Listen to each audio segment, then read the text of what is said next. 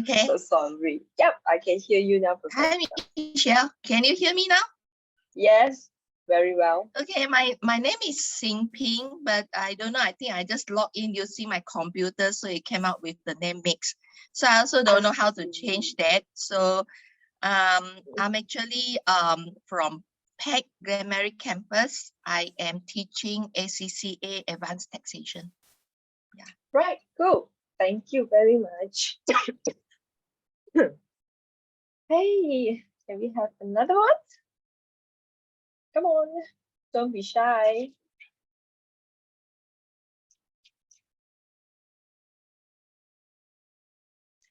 One else?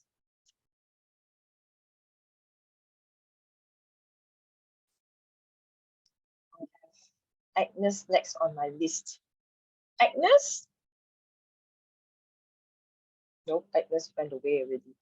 Okay, then the next one is Alicia. Alicia must be thinking I always pick on her. Sorry, Alicia, your name is just right next to my name. I know, I'm always laughing when you call out my name. Hello, Michelle. I hope you are well, all right? And hello, everyone. So I'm Alicia. So I'm from TLC UG Glenmarie campus. So I'm on much more on teaching personal development skills. Yep. Nice to meet everyone. Right, thank you. So I have next is Bong Jia Yan.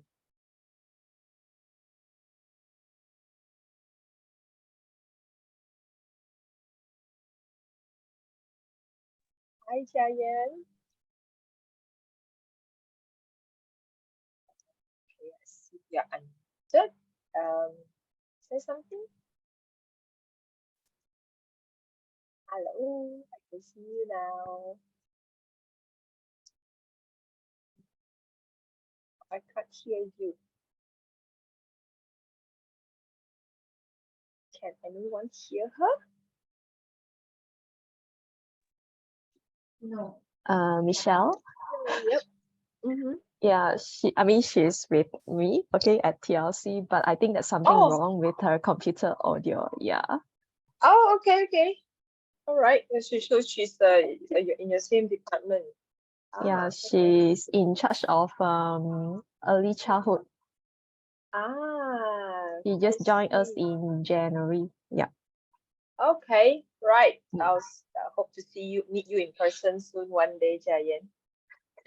Thank you for joining us. And welcome to the family. Okay, right. Next is Galdeep. I'm calling all the same people from the same department.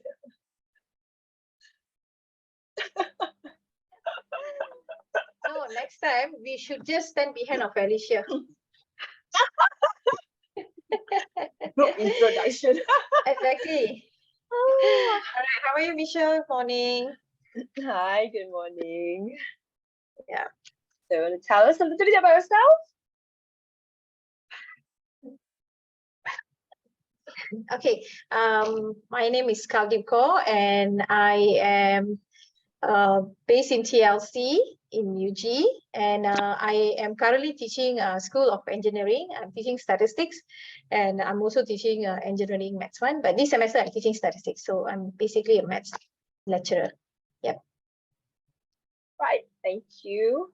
Thank you, Michelle. Right. Who do we have next? Kian Sun. Yeah, good morning, everyone. Yeah, I'm from Hi. Penang. Hi. Good morning, everyone. Actually, my surname is Wong. Can call me Ken Soon. Then I'm from Penang campus. Yeah, that's it. Which department? I'm from the SOB, School of Business. Yeah. So you have just joined us? Yes. The beginning of this year, January semester. Yeah. Okay. Thank you. Haven't had a chance to meet you yet. I'm just like 2 floors above you. Yeah. Okay. Got chance. Welcome on board. Yeah, Thank nice you for to meet joining us. Right. Okay, who do we have next? Muna. Okay. Good morning, Michelle. Morning, everyone. I am Muna Mastura. You can call me Muna. I'm from Penang campus. I'm at Batu Kawan now. I'm teaching chemistry for foundation students. Right, great, thank you. Next is Rupa.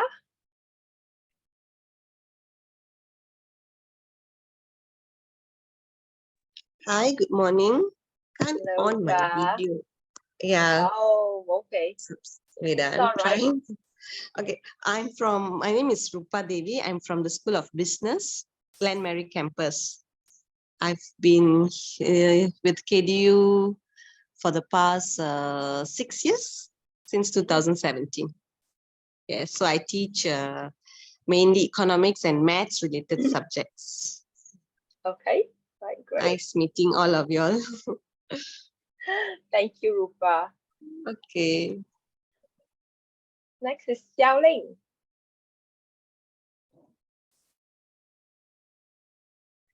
Hi, good morning, everyone. I'm Xiaoling from Penang campus. I'm teaching biology in for foundation. Nice to meet y'all. Right, thank you. Siti Hajar.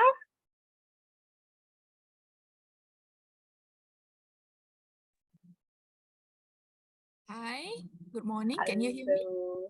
Hi, Yes. I hello. can. Okay. Hi, my name is Siti Hajar Nadra and I'm from School of Business, Shah Alam. I've been with KDU for almost 5 years this year. And I'm teaching finance and investment subject. Okay, thank Okay. you. Right, thank you so much, Siti. Okay, next we have Sumitra. Hello, good morning. I'm from School of Business. Okay, I've been here, I think I just started here. So I teach accounting. Okay, thank you. Right, nice to meet you, Sumitra. Okay, thank you. Next we have Dr. Tang.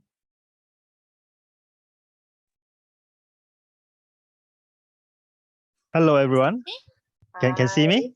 Hi. Yes. Hi, I'm Tang from Glen Mary campus. I'm teaching chemistry for A level and also engineering. Nice to meet you all. Thank you, Dr. Tang. And I have TMH next.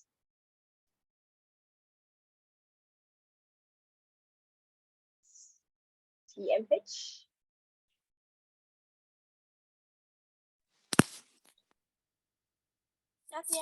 Me. I'm from Penang campus. Engineering. Yeah, engineering department. Okay. All right. You cannot see your face.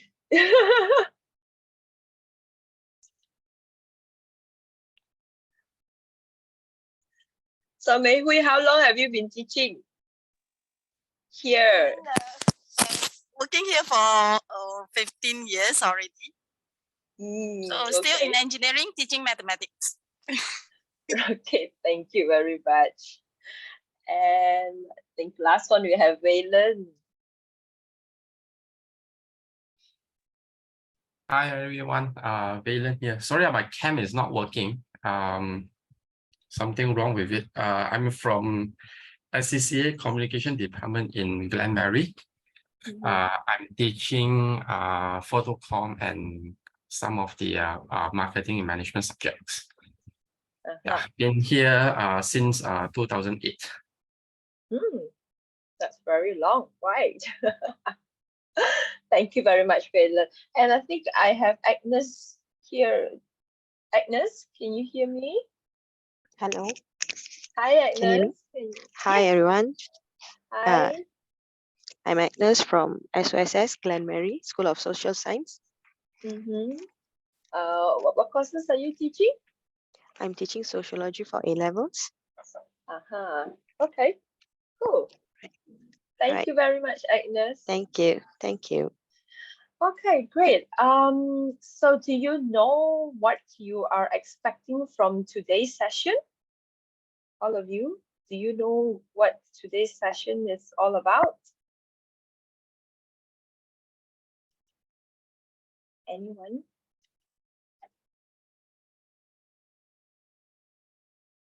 You can type in the chat if you're very shy to speak, yeah.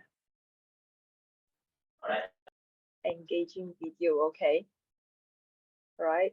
The rest of you, I hope you are not just signing up because you need the CPD hours, yeah. Okay. A little bit. You're very honest, Steve. Well, in addition to that, I do hope that you gain something from these 4 hours also, okay? Not just the quantitative part of it, of gaining that 4 hours, but also the qualitative and how it can help you with your job. Okay, all right. So let me go to my presentation. So right, today we are talking about creating engaging interactive sorry, creating engaging interactive video lessons.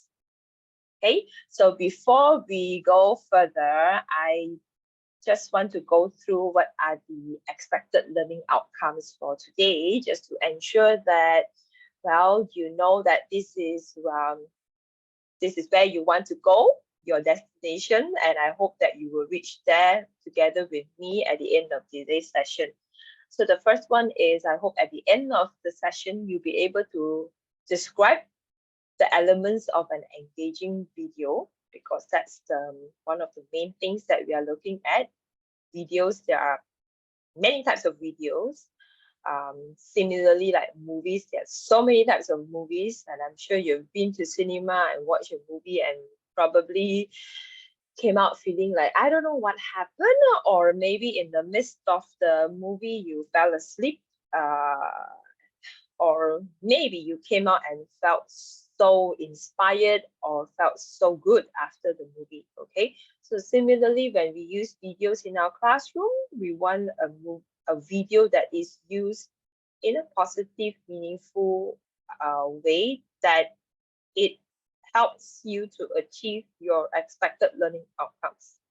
Okay, and number 2 is to produce an engaging instructional video using Edpuzzle, right?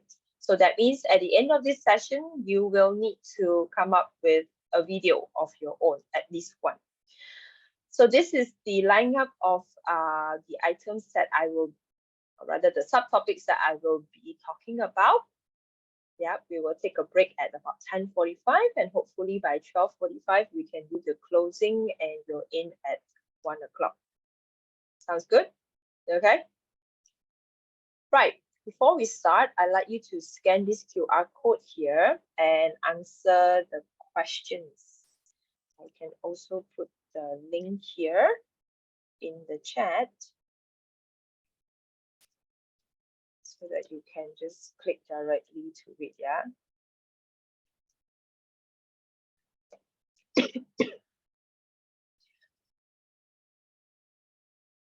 Okay.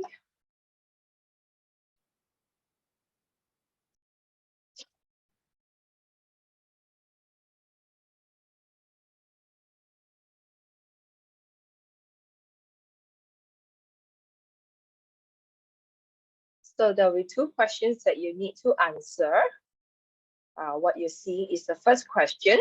Okay, it's about how do you feel about making video lessons on your own?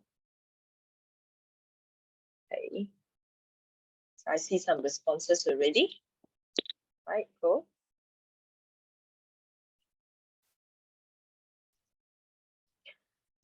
Share the responses with you here.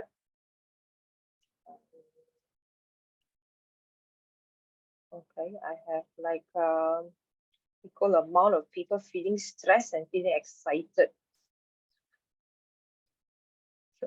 More people feeling stressed now.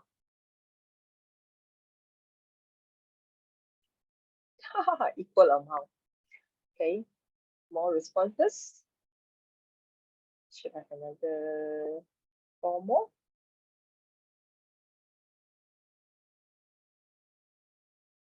So there are a lot of people feeling very stressed out.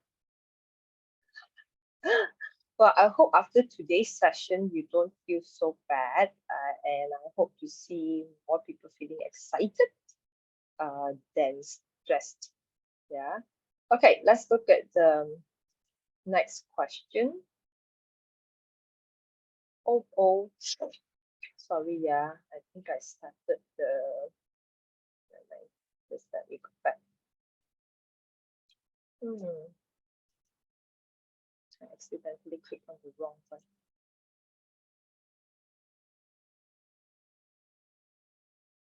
Okay.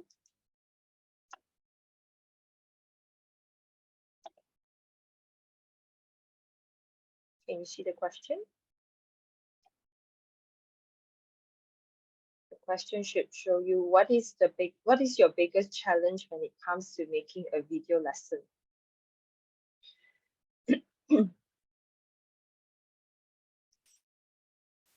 Okay, let me share my screen. Right, I give you 2 minutes to think about it.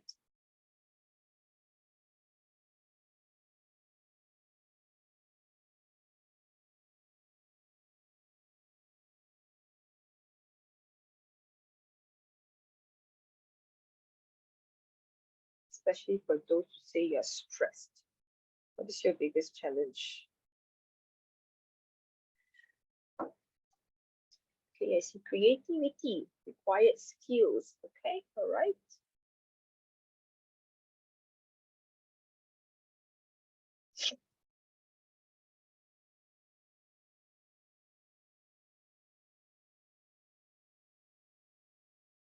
Timing, recording skills, okay.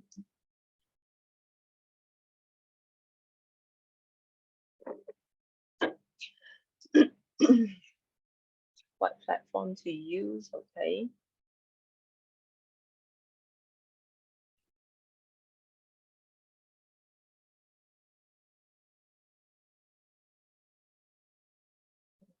Time, skills, okay. Any more? So, okay. Presentation, channel to use, how to make it interesting, okay. Right. Content arrangement, right.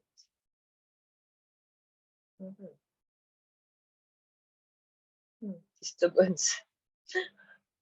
I remember myself making videos when we were all working from home during the MCO. Oh my, I can imagine the kind of disturbances I had with my kids running up and down. Right, I see creativity as something that stands out a lot. The time, the platform to use, and the skills. Yeah, okay, these are some things that really stands out. So it means to say that many of you seem to have this kind of challenges. Okay, thank you very much for your feedback. I'm not sure how many of you actually attended my session, something similar to this last year. Anybody attended my session, something similar about creating videos last year? Anyone? I can't quite recall. Although I know I've seen some of you in my sessions before, but I'm not sure whether is it the same session as I mean not the same session, but a session something like this. You think you have, okay?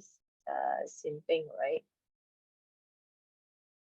Okay, all right. So if you have attended my session last year, it was something about creating videos as well. But last year I shared about Prezi. Okay, so this year I have decided to focus on another platform, which I think it's even easier to use. Although I won't say that the features are exactly the same, but maybe it is more, how to say, more chewable for most people. Okay, all right. So for those who are feeling stressed or feeling anxious about making videos and all, I think today will be a good start for you to try out using videos, making videos, and making it interesting and engaging for your students. And maybe if you think that you want to take another step forward, then perhaps you can attend another session which I might conduct in the future on Prezi. Okay, Prezi is something like what I'm using today. Is another type of what you call another type of platform that you can use to make your videos. Okay, but today I'm using it as a presentation tool. Right. So don't worry about so many things that you see on the screen here. Yeah, I will tell you what are the things that you need to focus on. So before we go into talking about making videos, yeah, I'm sure you've heard of blending, right? Then you will think about coffee, some kind of frappuccino. Have you had your coffee this morning?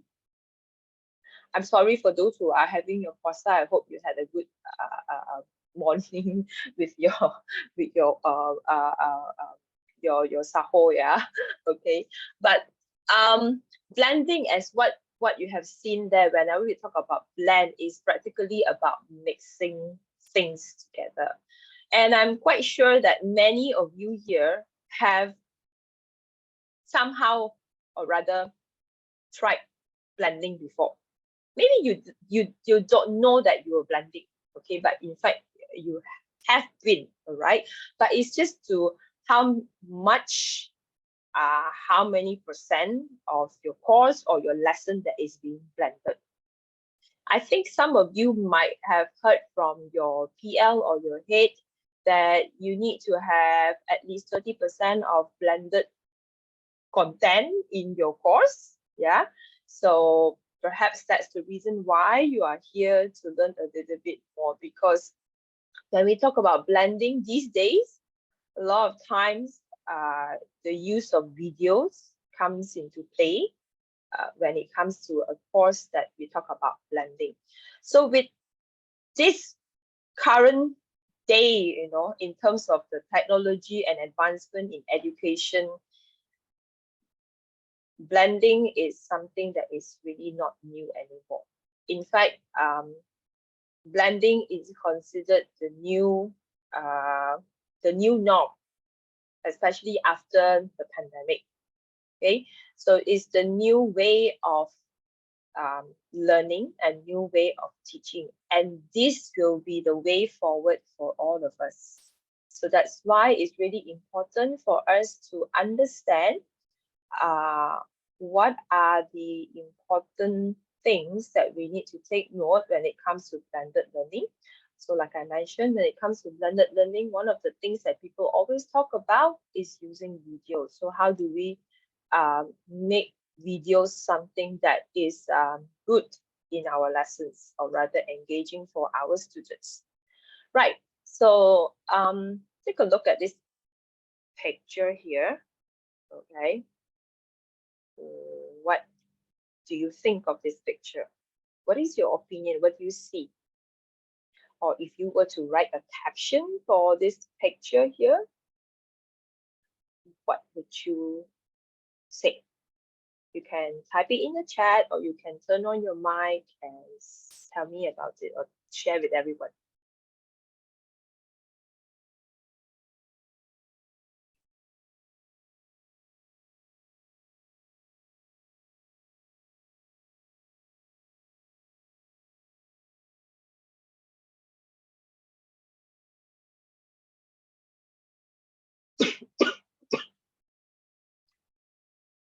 So what are your thoughts? Come on, don't be shy.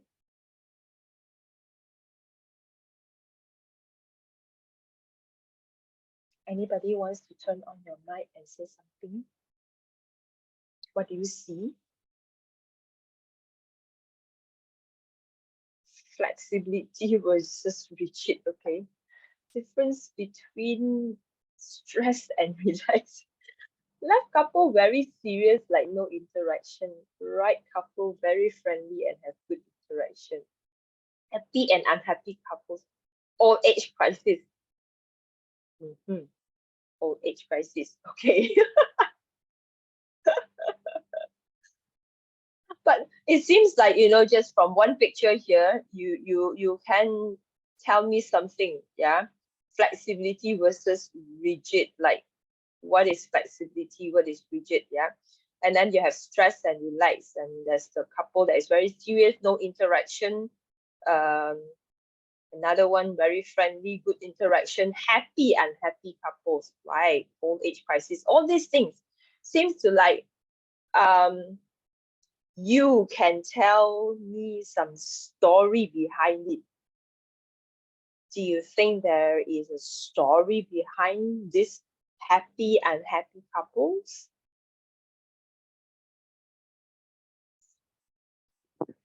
Okay, Morgana say happy was a serious couple, right? So you see, just from a simple picture like this, many thoughts, right? Yeah, came into mind. And so you see, a picture is worth 1,000 words. That's what people say, right? So if a picture is worth 1,000 words, just from a picture, you can kind of like tell a story of these couples here, whether they are happy, unhappy, flexible, or rigid, or I don't know, or they are having some kind of crisis. I don't know what kind of crisis. Yeah. So if a visual can speak 1,000 words, what about a video? Yeah. If you look at this picture here, just give me a minute. Yeah, my phone is ringing. My staff is calling me.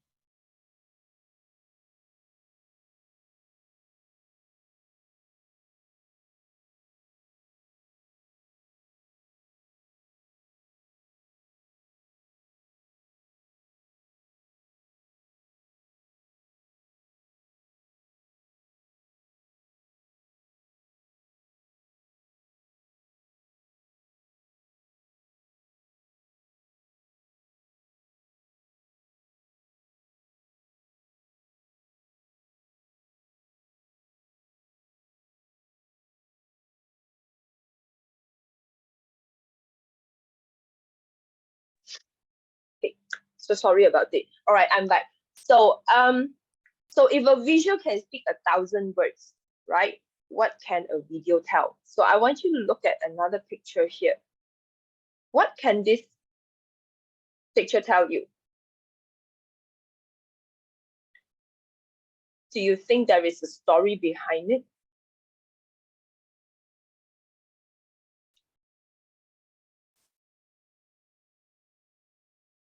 What do you think can be the story behind this picture?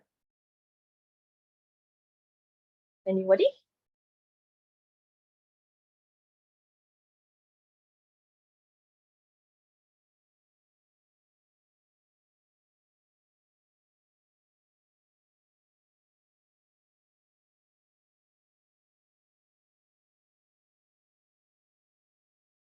What do you think is behind this story? A mother's love, okay, right. Hardworking mother trying to balance work with family. A struggling mother, okay. Anything else that comes into your mind?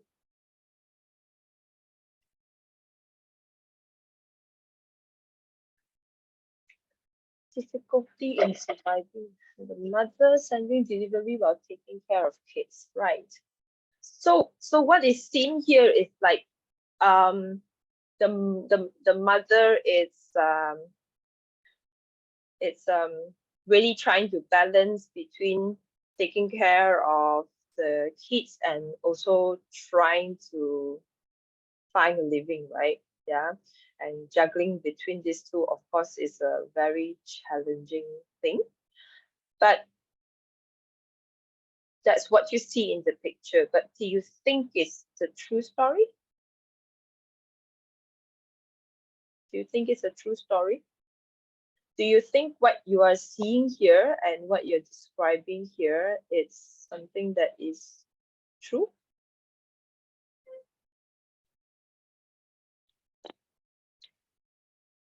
So the truth is, okay, if you were to go and Google and read more about this, I did put a link there. Actually, this picture, it was viral, and people started talking about how this mother was struggling, and then of course people pity, people empathize, sympathize, and try to help the mother. But the fact is, this young lady has been given help, and she is, how to say, she is not really being truthful in the picture that is being posted online. So when people went to dig into the story more, and they found that actually she has been given help, and the husband, I don't really know that they're married, and I can't really remember the story, but I remember something like the husband was actually not working and sitting around at home, which means to say that they are both able, but yet do not really want to work like normal people, but instead try to make use of the welfare money, okay, by doing this kind of things, posting pictures about how she struggles and all, so that she can get donations and sympathy from other people. So just by looking at the picture, we can come up with so many stories. Sometimes the story can be true, sometimes the story can be not so true, right? But the fact is, with just a picture, we can actually create so many stories. What about a video? If a picture can create so many stories, then videos can speak 1,000,000 or 1,000,000,000 of words. And that is literally why YouTube, I'm sure you know YouTube. Whenever we talk about videos, first thing that comes to mind is YouTube. I still remember my then, I think 4-year-old daughter told me to go to YouTube to find out how to take care of my son. Okay, because what happened was, there was this one evening, I was so mad at my son. My son was only 2 at that time. For parents, you will know kids when they're at 2, the terrible 2, the terrible 3, that's the period, okay? So he was so naughty, and then I was so mad, and then I actually literally, you know, threatened him. I said, if you don't listen to me, I'm going to put you outside the gate. And he actually smiled at me and challenged me to do that. So, like, me being the mother, I had to really do it, because, you know, I have to keep to my words. So I actually opened the gate, and I took him and I put him outside, and then I closed the gate. We are living in an apartment, yeah, so it's not like a gate at the roadside, so it's just outside the doorstep. So I literally do that, and he stood outside the gate, and he looked at me, and he still continues smiling, giving me his cheeky smile. I was so mad, because I know I'm not supposed to leave him outside the door. So then I opened the gate, then I, you know, feeling guilty, I took him back inside, and I locked the gate, and I ran to the bathroom. I was so mad. Then after that, my daughter, you know, came running after me. Then my daughter said, "Mommy, don't be mad, don't be mad." Then I said, I said, I'm really angry. I said, I don't know how to teach your brother anymore. He just doesn't know how to listen to me, even though I tell him already not to do it, he still does it. And all. Then after that, my daughter said, no worries, mommy. I tell you what you should do. You take the iPad and then you go to YouTube and then you search how to teach your son. I was like, That's I don't know amazing, whether- Michelle.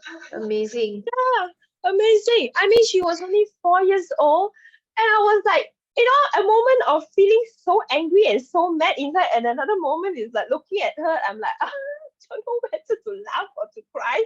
It's like, okay, if I could just learn how to teach my son using YouTube or whatever resources that I can find on YouTube, then the world will be a better place.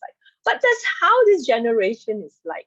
You need to learn something, go to YouTube, right? So basically, that's how. If you look at YouTube, so I'm sure you are also a user of YouTube. Yeah, you look at the statistics, how great are the statistics growing, and how many people are actually using YouTube.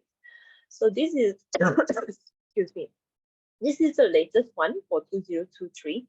So the total video watch hours per day is 1 billion hours, and the number of videos watched per day is 5 billion videos. And if we look at the daily average time people spend on YouTube is 14 minutes 21 seconds. Yeah. And what about the average mobile viewing session with smartphones and all these things, YouTube to their mobile phones? Okay, and that is actually 40 over minutes every viewing session. And number of mobile YouTube views per day is actually 1 billion. You look at all these growing statistics, if you were to compare from 2021, 2022, 2023, and also the years before, you can easily Google for the statistics. You can see that it's actually really growing. And if you look at the distribution in worldwide, as of this is January 2022, look at the age. Yeah, you can see that it's slowly growing throughout the age groups. Okay, and of course 25 to 34 years old, that's the biggest group, and with the one that is before 18 to 24, it's also another growing group. And of course, they didn't really do any statistics on the younger years, but there is another statistic that says I didn't quote that one, but this is from another website that asks how many they ask parents how many parents actually say yes to having their children, say yes that their children are watching YouTube videos. If I'm not wrong, I remember it's about 80 over %. So YouTube really it's like the main source of where we learn things, a main source of where we get videos from for our lessons as well. Am I right? Do you use videos from YouTube for your lessons?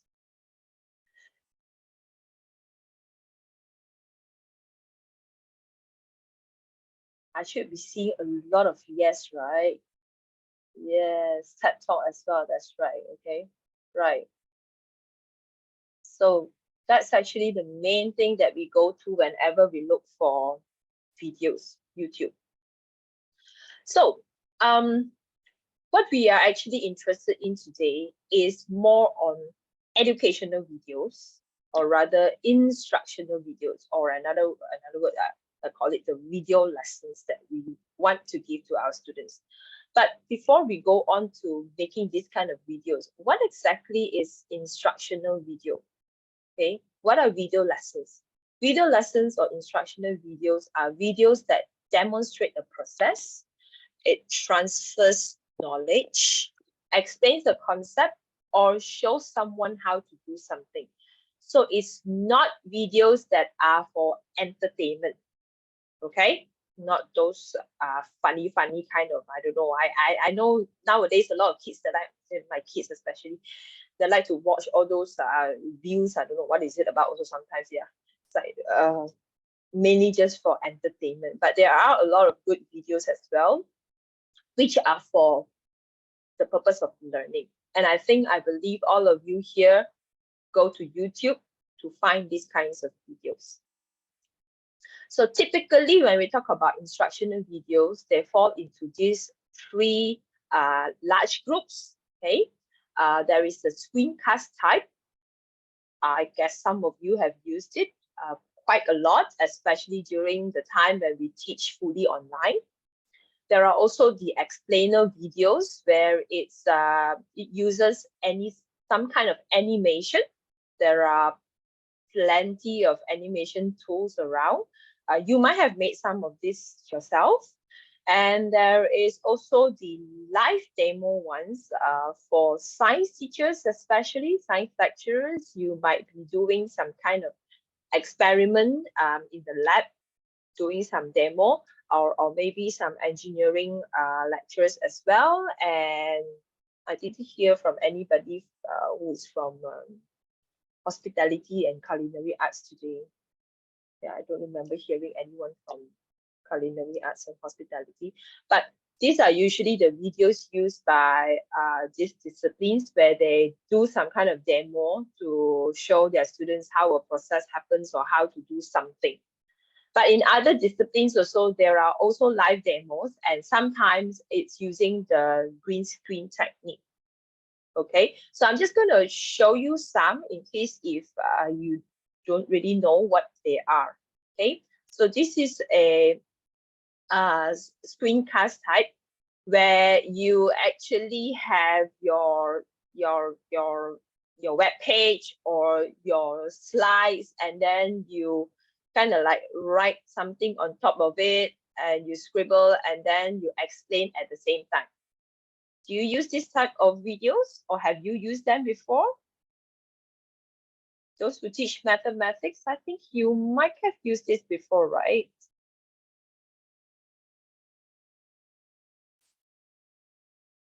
Yes? No?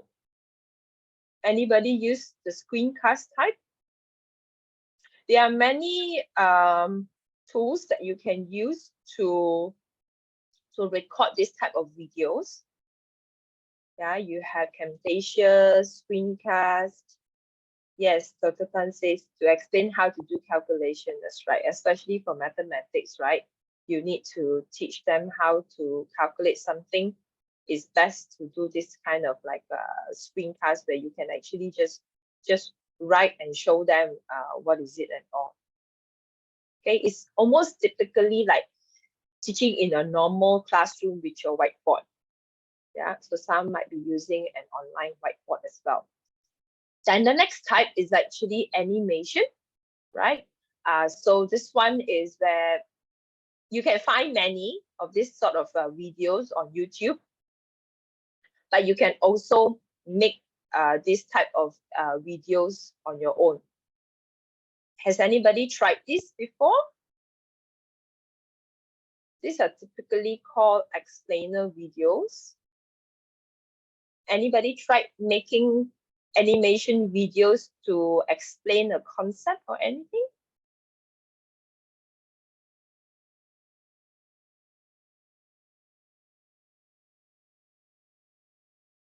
Yes, no, no, no. Okay. Looks difficult. Not really actually. There are many quite user-friendly applications now, which are also free, that you can use to make this type of animation. So this one was created by me using an app called Tundi.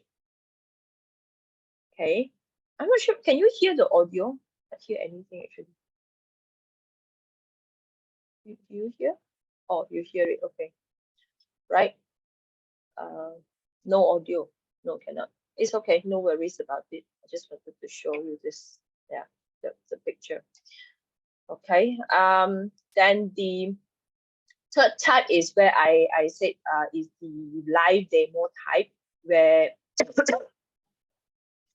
you actually, like, where is it? It's loading. I think my connection is slow. You can see it's loading. Okay, never mind. I'll show you afterwards the third type. The third type is where I said you do the demo, okay? Or for some, you, like the example for me is in my discipline is language. I don't really do demo as in like experiment kind of demo, but I used the green screen to explain some concepts and all, and demo at the same time. Okay, right. Don't worry about it. After I will show you when we are in at Puzzle. Okay, so let's move on to what makes a video engaging. What do you think makes a video engaging? To you, I'm sure when you want to choose a video for your student on YouTube, right?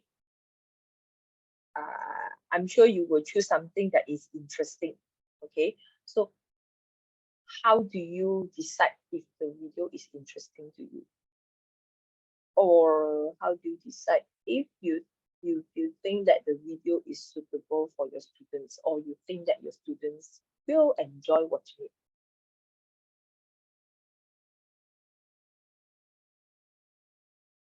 How do you decide? You can just put it in the chat.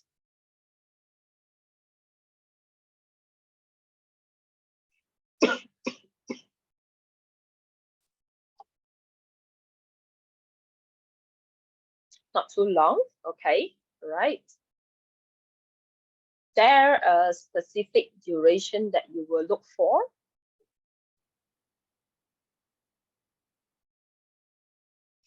Valen says I focus more on content and length. Okay, so Valen also says about length.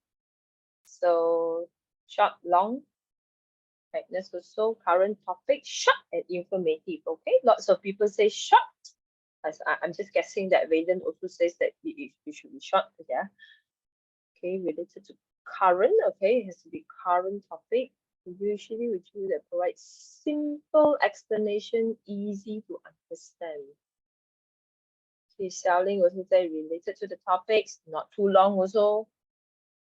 Video or animation that can explain the theory or concept. So Dr. Tang, you also like to choose animation type of videos, yeah? Okay, anyone else? Many of you actually talk about the length. So what is long, what is short? What is not too long? What is your yardstick like? How many minutes? Muna says maximum 10 minutes. Okay. The rest of you?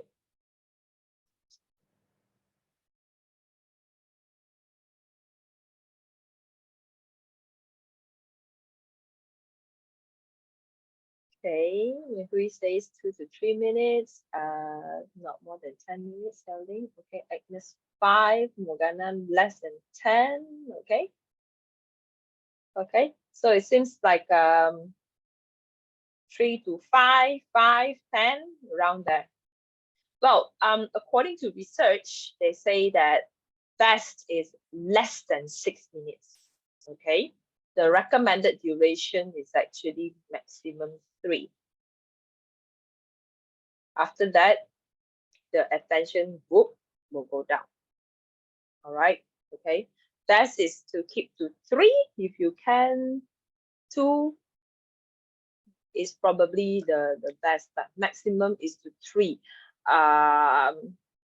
For some learners, maybe 6, you might still be able to get something in, but anything more than that is actually not going in anymore.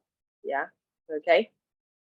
So that's about the length. And then you have about content, right? Content, something that is current, you said, yep, of course, okay, something that is related to your topic. But have you ever found like a video that, you know, it's like it may be related to your content, but it's only like, let's say the video is like, okay, 4 minutes, okay, but the part that is really relevant to what you want to show your student is only like 30 seconds. Have you ever had that kind of thing? You know, you have a long video, but there's only like one small part that you want students to learn. Yeah. So what do you do with it? So the video is like 4 minutes. So are you going to ask your students to watch like 4 minutes? What would you do? Choose another video. Okay. Choose another video. Fast forward. Okay.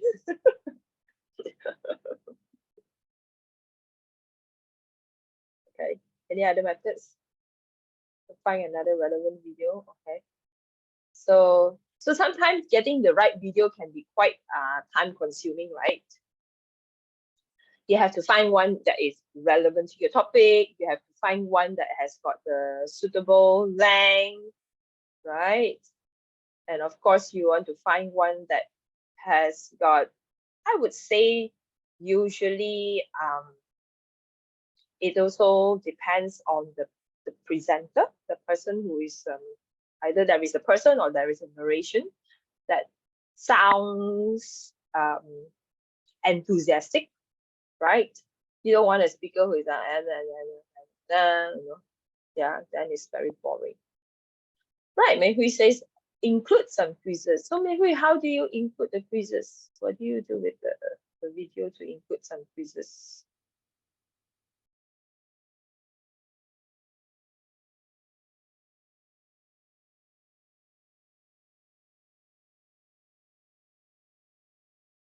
Questions, okay? So where would you be asked? When would you be asking the questions?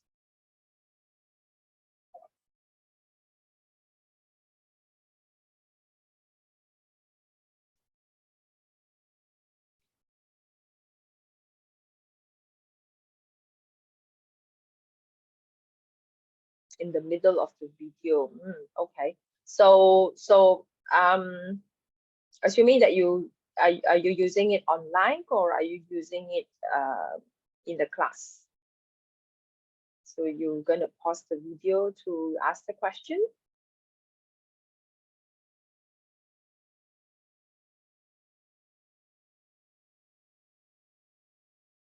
Using it in class, okay. All right. So you pause the video and then ask the question.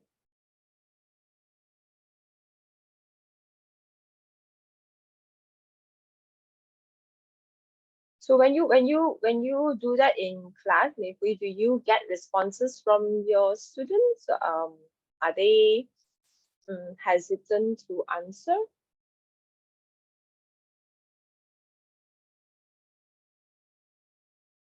Yeah. Okay, so you're actually interacting with the students so that they don't fall asleep. Yep, that's right. Must answer. Must answer, it was set on the chair. Okay, all right. So now I'm going to share with you some so-called best practices when you are making video lessons. Okay, so when I say video lessons here, it need not necessarily be using it in class, okay, or online. It can be both, yeah. But there are actually many ways of using videos. Okay, so it can be in class, it can be as homework, all right, or a pre-class work, or it can be if you are, I don't know whether some of you are involved in doing ODL programs, you might be only having your classes online with your students and with some maybe physical or some synchronous sessions. Okay, right, so it works both ways. So these are some advices that is given. So these are the 6 best practices for making video lessons engaging. for the students. So the first one is on reading. What do you think is the meaning of reading? Anybody likes gardening here, or anybody does gardening?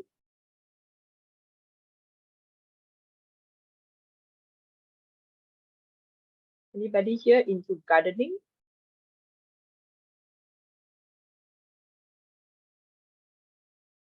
What does reading mean to you? Not into gardening. Reading. What do you do when you are, doing your gardening and you're reading? Mow the grass. Mow the grass, okay, right. What else? Okay, Dr. Tang says remove the grass, okay. Remove what kind of grass? So when we talk about reading, read is usually referring to the grass that is like unwanted, something like that. Yeah, lalang, that's right. Yes, Dr. Tan. Lalang. Everybody knows what's lalang, right? Yeah. Take out the ones that you don't want, the one that will spoil your nice, beautiful Japanese grass. Yeah, that's when you hit them, right? When it's taking out the unwanted ones. Okay, don't want it to spoil your nice Japanese carpet grass. So same thing when we talk about making your video lessons. You do not need to, like I said just now, sometimes you find your video 4 minutes and it's only like the middle 30 seconds that you want. So the rest of it you don't want, throw them away. Okay? Because like you said just now, you find short videos. Okay, short videos, because short videos are better. So those things that you don't want, they are distracting your students. Okay, distracting, no good. So take it out, throw it away. So cut it out. Okay, even sometimes you may find, okay, the introduction of the video to be funny. Maybe the narrator says something funny, but then it is not something that is important for your lesson. No need, because that can be a distraction for your students. Okay, so just cut it out. Yeah. The second one is signaling. No signal Malaysian drivers, yeah. Do you all like to use signal or not when you want to turn left and right? Some drivers don't, they want to turn and turn only. Turn on an indicator, right? The direction you want to go. Yeah, exactly. The direction you want to go. So similarly, in a video, you should have directions you want to go. Yeah, very important to have signposting so that your students don't go sesat jalan. Okay, yeah, so that your students don't watch the video and don't know what they are watching. So signaling, signposting is actually very important. So if you are making a video of your own, okay, if like you're talking like this, so it's important you do signaling, like things that listen, that is also signaling. Now look at this is important. Can you see this I'm talking about this one. Now you need to pay attention at this one.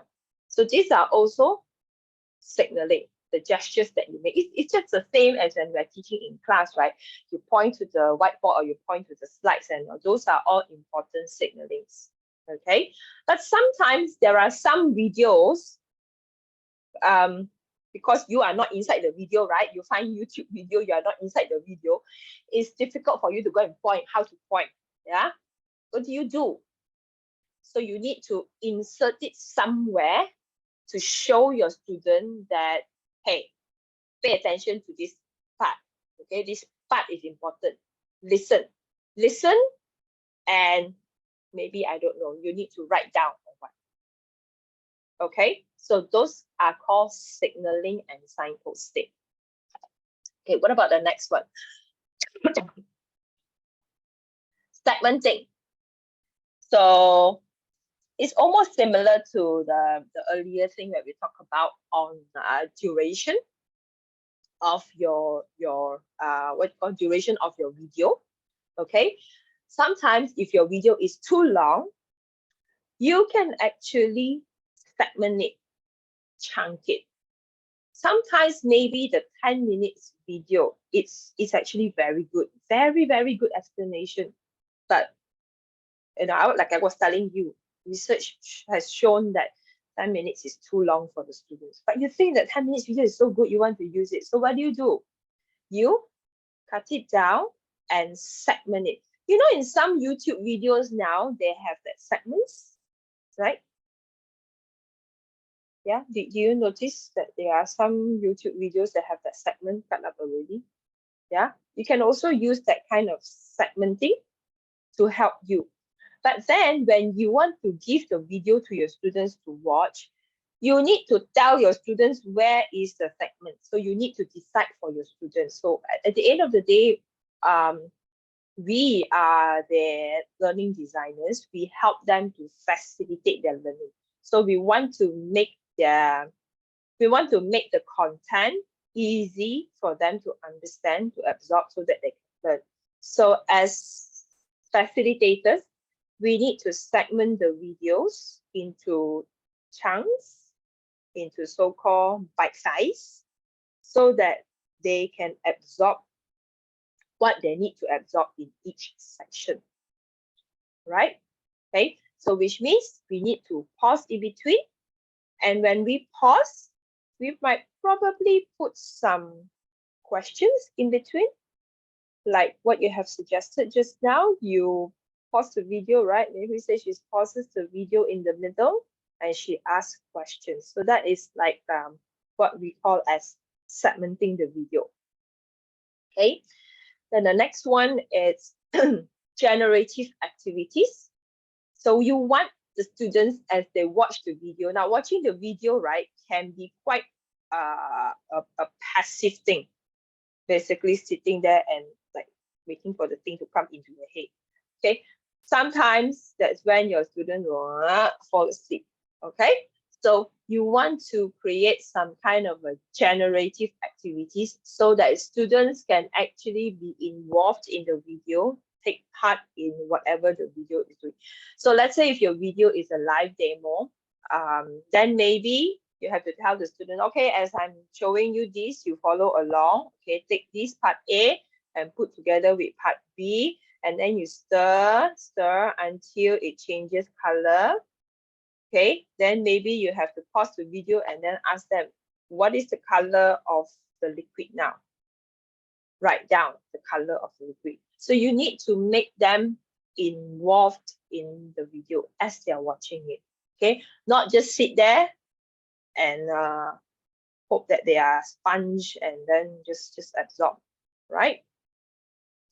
The next one is your video needs to have matching visual and verbal. So the cognitive theory of multimedia learning shows that video learning is actually very effective when you use both channels at the same time, your visual, okay, and also your verbal channel. But you have to make sure that what you are showing the students visually matches what is being said verbally. Okay, not show an elephant, but then you talk about dog. Then it's like cannot. Okay, it has to be visually connecting. So if you are creating the videos, if you are talking about something about maybe the video is talking about pollution and all, so you will need to find pictures and audio, that has got to do with pollution, not something that is opposing it. Okay, then that way you will find that your students are not able to absorb the content so well, right? And the very last one, it's subtitles. While subtitles are pretty good at times, especially for students with weaker proficiency, especially in English, okay, subtitles may be good, but there are times when the subtitles can become a distraction. too many things going around at the same time for a student. Okay, but the good thing about you said you use a lot of YouTube videos, right? The good thing about YouTube videos is you can always turn on and off the captions. Students can also choose to turn on and off the captions whenever they want to. If they feel that it's distracting, then they can turn it off. And the worst I find that about using subtitles is when the subtitles are all wrong. Yeah, I'm sure many of you have watched movies before, right? When the subtitles in the movie that you're watching is actually not the correct translation. It can be the direct translation, but not actually what is meant by the actors or the speakers there. And then it became like a joke, and then it kind of like distracts you from the actual meaning or actual actions of whatever that is happening in the movie. Correct? Yeah, the first thing that comes to my mind is the serial killer. Yeah, pembunuh bijirin. Heard of that? And I'm sure there are many others as well, right? Okay, so be very careful when you're making videos to decide whether you want to have subtitles or not. All right, so there you have it, the best so-called best practices of all this making video lessons, okay, as I've shown here. So there's reading, signaling, segmenting, generative activities, matching visual and verbal, and also subtitles. But one of the things that we need to take note is whenever we want to do video lessons, yeah, it's not about taking your normal video lecture in class and then just upload it and that's a video lesson. That's not considered a video lesson. Yeah, that's considered lazy man's work. Okay, you cannot take a 3-hour lecture, your physical lecture, and then put it on YouTube, upload, and then tell your students, nah, you go and watch that. Okay, right? So that's not considered a video lesson. It can be used as a reference for your students if they miss classes, but it's not considered a video lesson. Okay, because remember what we said about the length, the duration, which you all told me it's a video that should be short. Yep. I've also seen where some lessons are of the person showing the PowerPoint slide, and then the narration just go on and on, slide after slide after slide after slide after slide after slide. I don't know how many slides, maybe 50 or 60, 70 slides, just with the voice talking. Those are also not video lessons, yeah. Okay, those are just some kind of narration of some slides, right? Because those just goes on and on and on, and they are not going to help the students to learn anything. Okay, so what we're going to do today is to make simple video lessons using to my slides, using Edpuzzle. Have you heard of Edpuzzle before?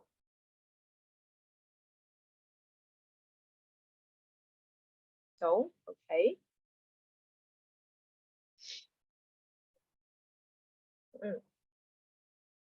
Okay, good. If you have not heard of it, then awesome. Because I'm sure it will blow your mind off and you will be so excited to use them in your class. Okay, I'm sure you are like thinking like, what is that puzzle? Yeah. And then what can we do with it? Can we actually use this at the end of today and into our lessons next week or even in the afternoon? Yeah. And how can we make one easily? Yeah, that's the most crucial thing for all teachers. We want it fast. We want it easy because our schedule is all so packed with classes back to back, with markings, with assessment setting, with whatever paperwork that you have to do. And of course, you have your own life, your family to take care and whatever, right? So we want things to be user-friendly, fast, and not time-consuming to create. Okay, and today,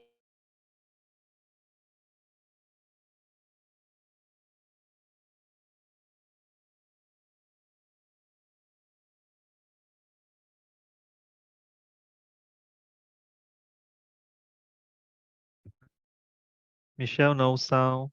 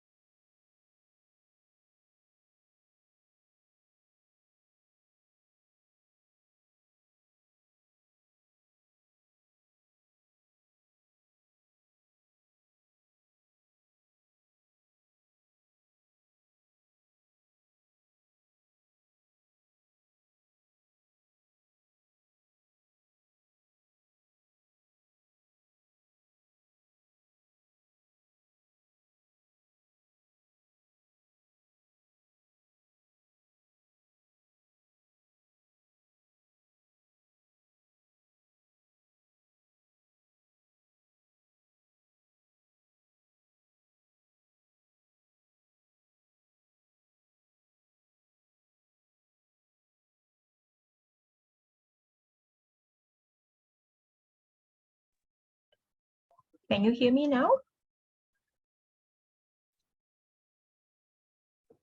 Okay, okay. Yes, yes. I think the other set went out of battery.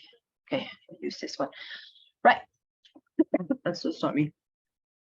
Okay, so I'm going to show you a video on Edpuzzle. Let me just stop my video for a while. Okay, share my screen.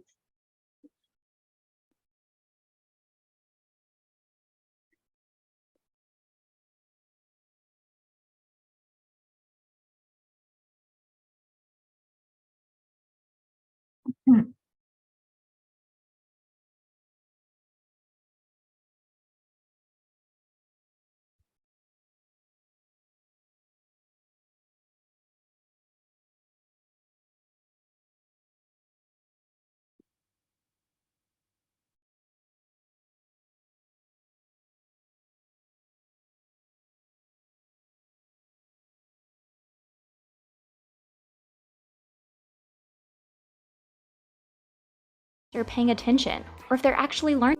Kids these days are learning how to do almost everything. Can you see the video? Through video. Yes. Can you hear? Videos feel personal, Sound? Yes, are all highly clear. visual, and let you control the pace Okay, at which you cool. learn. Going to refine. Kids these Start days again. are learning how to do almost everything through video. Videos feel personal, are highly visual, and let you control the pace at which you learn. But when you try to show a video in class, you might not always get the best results. Sometimes it's hard to know if students are paying attention or if they're actually learning anything. But with Edpuzzle, turning a video into a dynamic lesson is easy.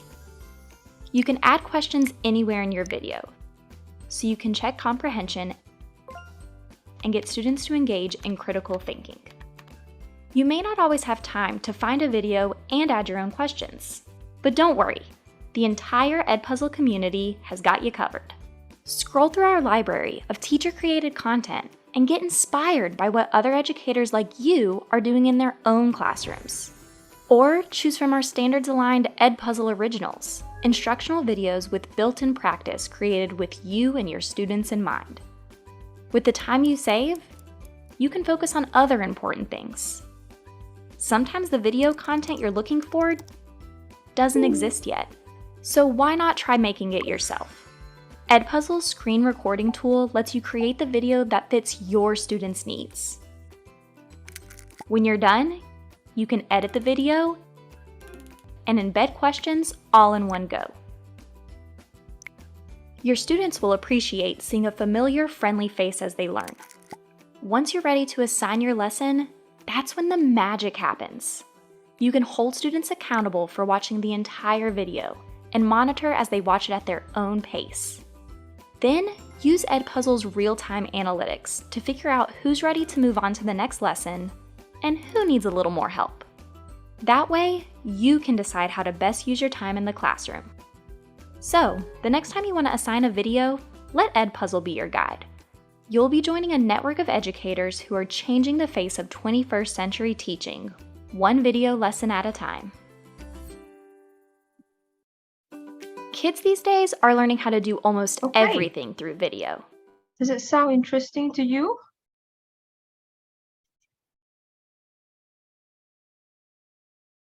Cool, right?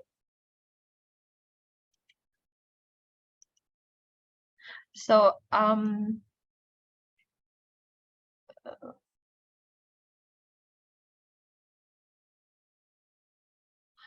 so Edpuzzle actually has been around for many years. Yeah, I started using Edpuzzle in 2017, 16, 17. Yeah, so but they have grown a lot in the recent years, and recently, especially in the last year or two, they have added many different features.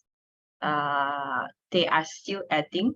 I think today, if I'm not wrong, they are going to launch new features. So at the Bat Festival in London. So it's really cool. I strongly encourage every one of you to use it because I have seen results before, how engaged my students are with Edpuzzles. I no longer have problems where I don't know whether my students are watching my videos or not. I don't know whether they are able to understand what is shown in the video or not, because basically I can just embed questions and I can check their understanding so that I will know what I need to explain more, what I need to cover when I see them in the class, or what other additional work I need to give to the students to help them to understand whatever concept or terms better. So it saves me a lot of time and it saves me a lot of heartache, and it's also helped my students to learn better. So now I like to let you experience as a student what it's like to do Edpuzzle. Okay, so I'm going to share with you one. Let's try this one. Okay, this is public, right? So I'm going to copy the link into the chat. Okay. Right, so you click onto the chat, the link there, and you will have access to the video. That's the video that I told you just now, where I created using the Tunli, the animation one. And you can also hear the voiceover is actually me. And as you watch the video, it will pause and you have to answer my questions before you move on to the next part. Okay, so I'll give you, how long is the video? I cannot remember. So, okay, 3 minutes. I'll give you 3 minutes to try that out on your own. Can you access the link? Okay, great.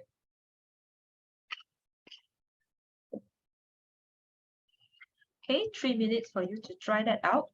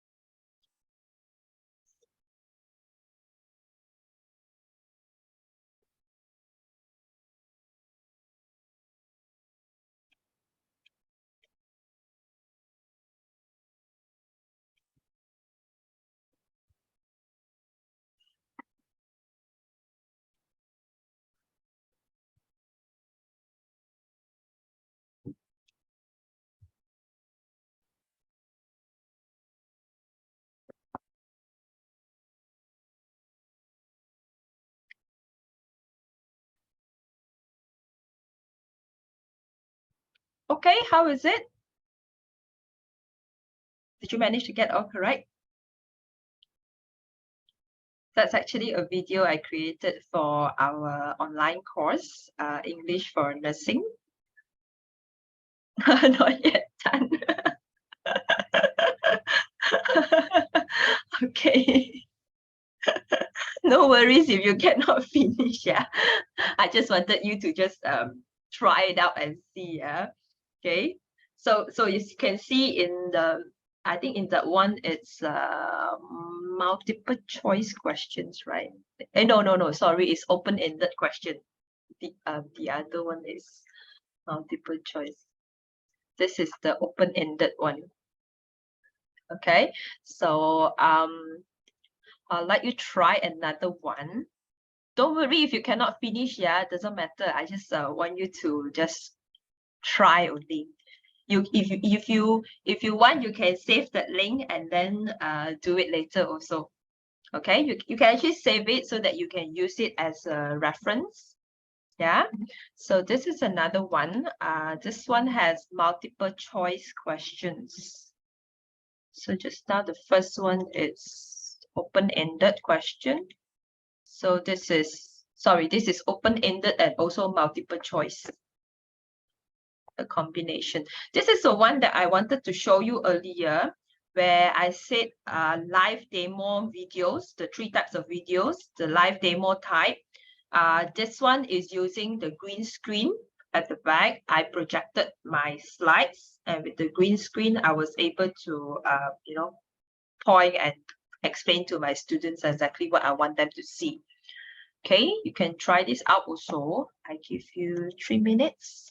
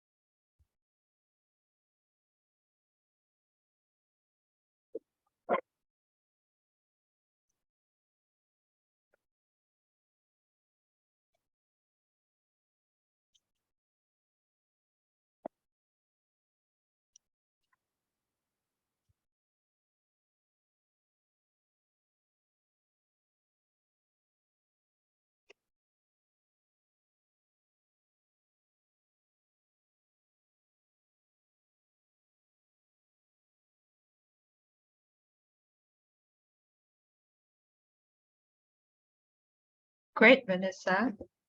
So you are using it with your history students. Art history, architecture history, design history.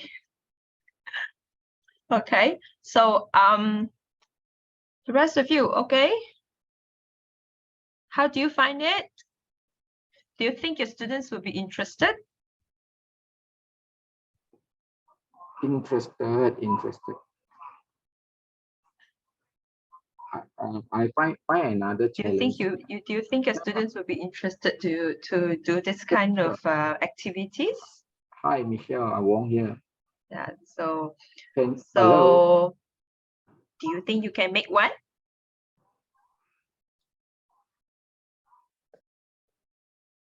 Do you think you can make one yourself?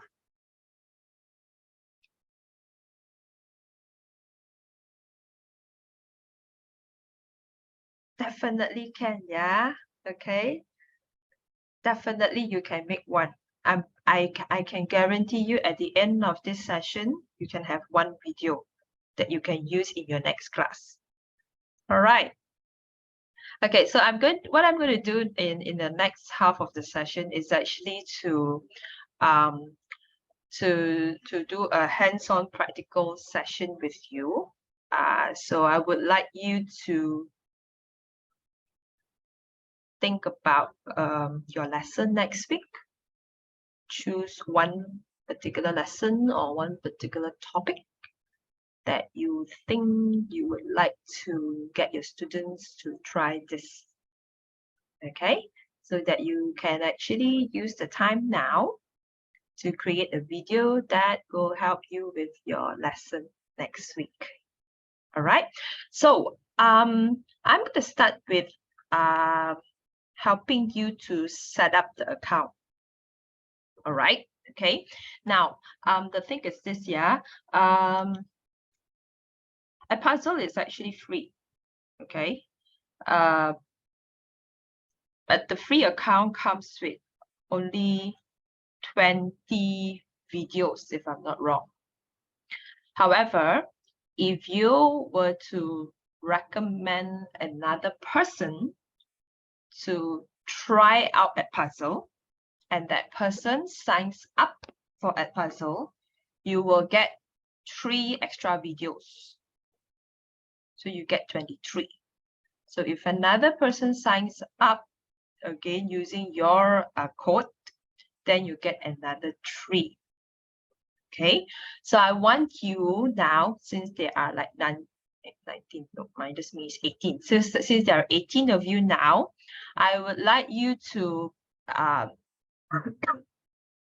kind of like help each other to get the extra 3. Okay, yeah. At the moment, that's the space for the free account, but of course there is the paid version where you get unlimited storage. Yeah, can minus you. Never mind, Vanessa, have you set up your account using UOW email or not?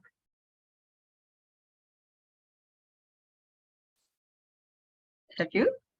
And I think I see you in, I think I see you in the KDU PG account.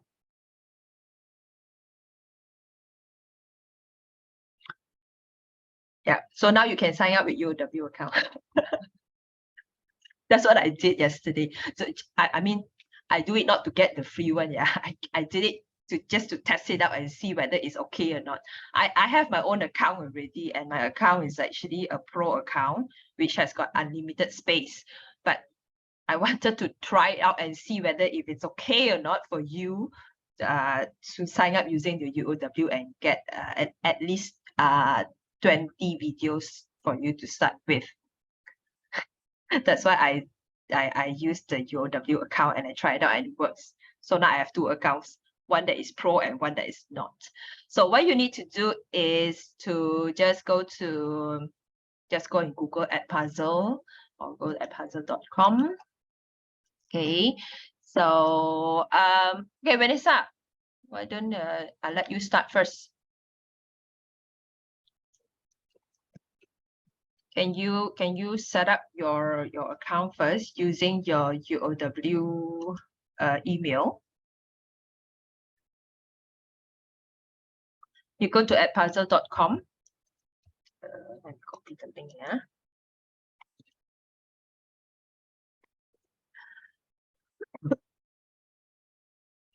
Okay, so it's very easy to sign up. Yeah, you go to @puzzle.com, and then after that, will ask you some questions. I will show you here. So the rest of you just wait for a while so that we can kind of like help each other to increase the size of your storage so that you have more space to create more videos in time to come. Yeah.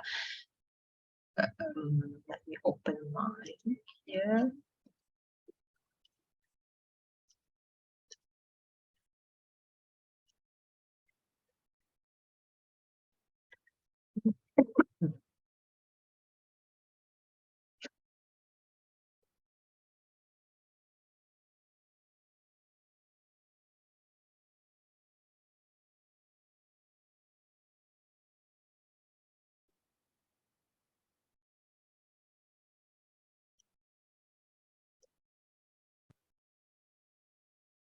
Okay.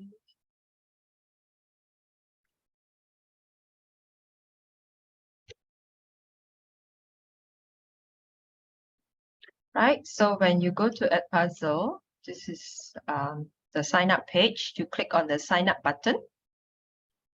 Okay, and you got to click I'm a teacher. Okay, next time if you want to create an account that is student, you can create, no worries about it. Yeah, if you want to join a class with the class code, or even without a class code, you will click I'm a student. So that's what your student will do. So right now, to create a teacher account, you click I'm a teacher. So you can actually sign up using your Google or your Microsoft, or you just create your account if you want to. Then you just put all your details in.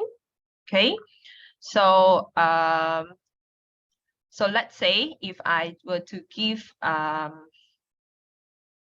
Vanessa my code. Okay, I got to share another page. Wait, share my other screen.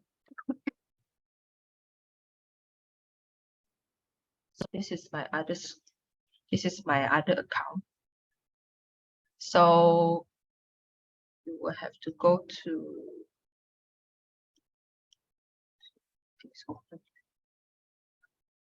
set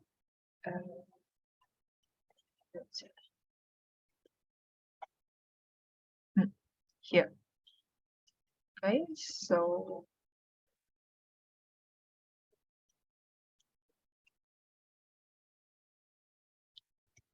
if you go to everything's open. Okay, so if you were to go to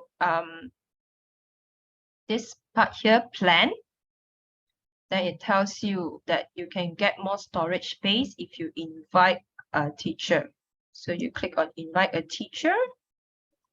You can straight away send the link if you want to. If not, you can give this code to your colleague or your friend. So I will just like copy.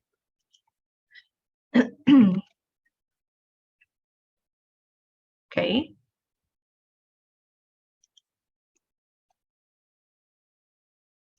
So Vanessa, if you use my code here now,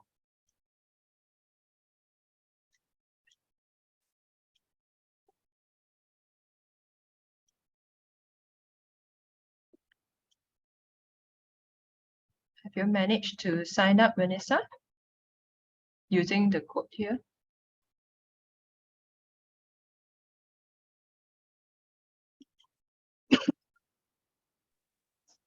I'm trying to put in the promo code. It is not found.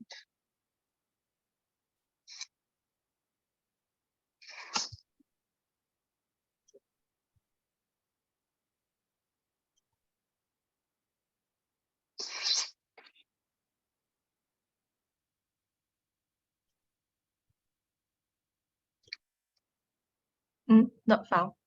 This code not found. or you click into the link here. Click directly on my link.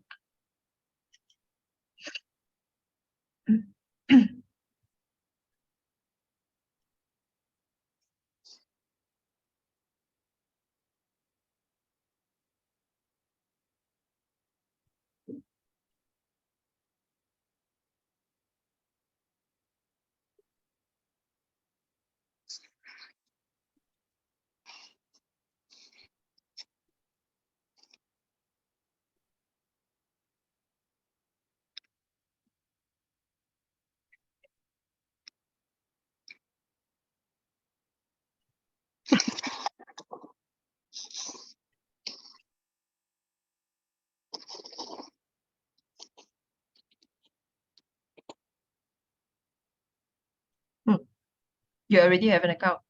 Ah, okay. Maybe. Okay, never mind. Okay, so so your UOW account now you have 3. 23 or 3? Yeah.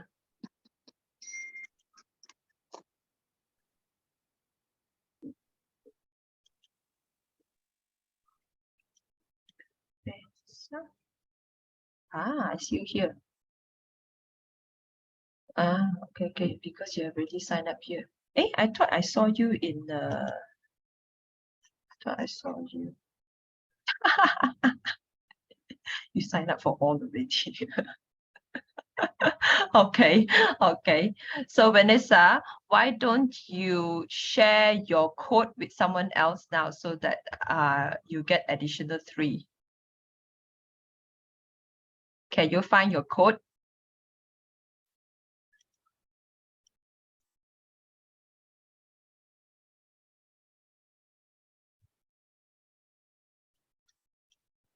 To your profile there. Okay, right. Okay, someone anybody wants to get the ball rolling, get started using Vanessa's link there to sign up. Then Vanessa will get 3, and then the next person sign up and then share the link, and then another person will be able to get the extra 3. Maybe we should go by this easier, right? Okay. I got 2 Agnes here. Agnes? Yes. Hello. Agnes cannot hear you. Are you talking? I can see your mic. Yes, I'm talking. Can you hear but I me? can't hear you. I'm talking. Can you hear me? Can't hear you, Agnes. Maybe you can type. Yeah, you're talking, but I can't hear you. The rest of you, can you hear Agnes or not? Hello, testing. Oh, you can hear her. Okay, so there must be something wrong with mine then.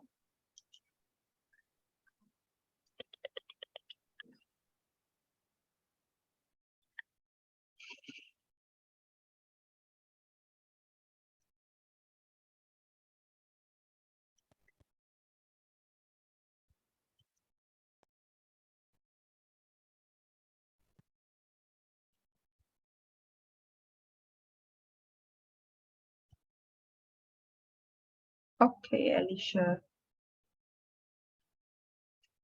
Okay, never mind. Agnes, you are able to sign up already. Then after that, you get the code and pass to the next person. You see the next person in the list, right? Oh, but Alicia is not going to be around. Maybe Jia Yan can take the next one, and then it goes on with the list. Okay. Okay, right. The rest of you, if you want to go and take a break now, you can go ahead, okay, while we sort this account all up. But if you don't want to get the 3 free, then it's okay. I mean, you can just sign up on your own, all right? Okay, but if you want, then you can share the code with each other so that you can get the free 3 account. Free 3 videos. Okay. So it's already 10:49. So yes, Jayan.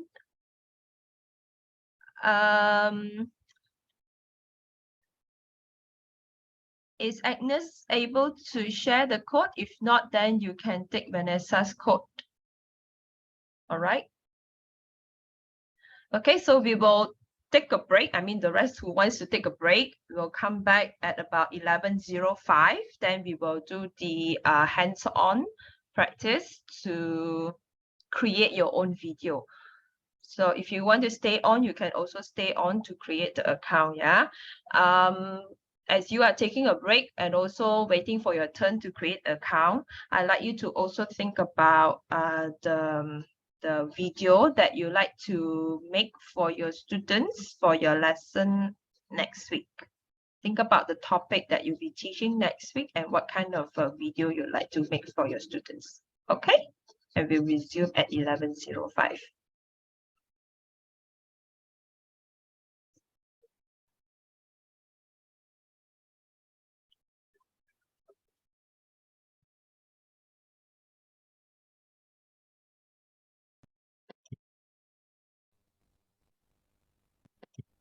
So Agnes, are you able to use Vanessa's code? Okay, Jayan, you did already. Okay, so maybe Jayan, you can share yours. Now, Mei Hui is waiting already to be next. So Jayan, maybe you can share yours for Mei Hui.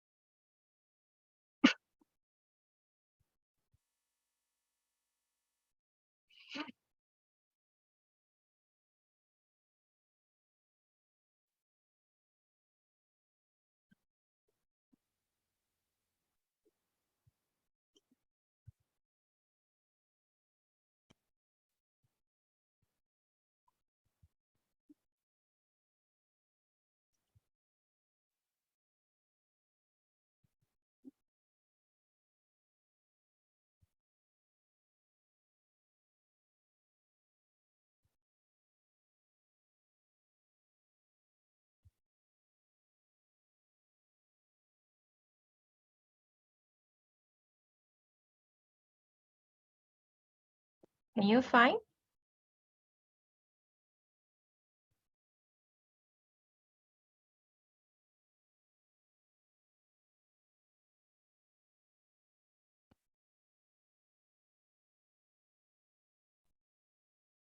Okay, all right. So maybe we can use that.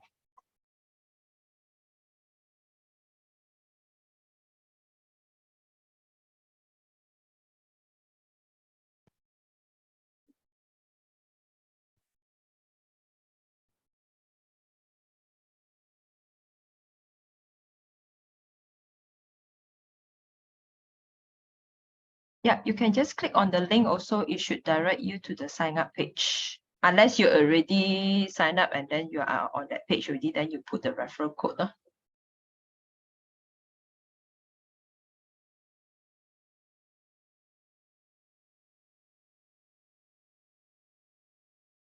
You can use any email, up to you. Preferably if you use UOW, that would be good, so that you will be all under the same school, same entity. Then you can actually be in the school community. So when you sign up that time, they will also ask you which school you are from. So you can put there UOW Malaysia KDU. I think if I'm not wrong, you type in UOW Malaysia, already will come out UOW Malaysia KDU. Okay, Dr. Tang also has shared his code there. Somebody can use his code. Agnes also has shared. Okay.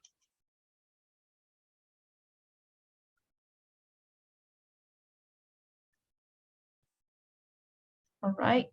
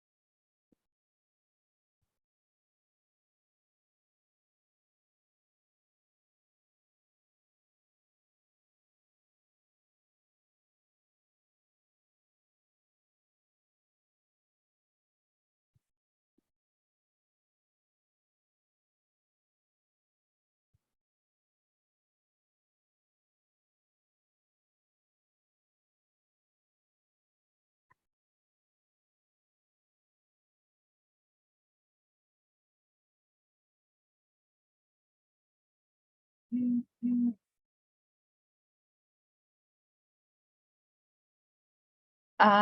go to you click on your name. Let me share my screen.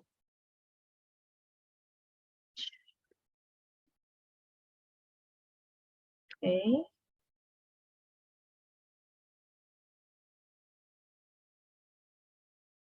Go to this one here.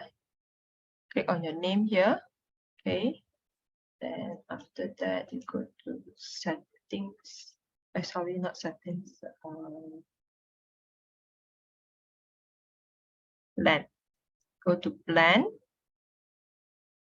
Click invite a teacher. You can just send the email to your teacher, or you just copy the link here. This is the code.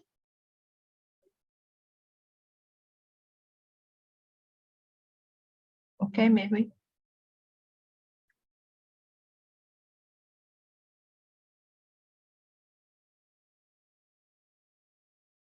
Okay, Jensun has also given the code there. Raiden also.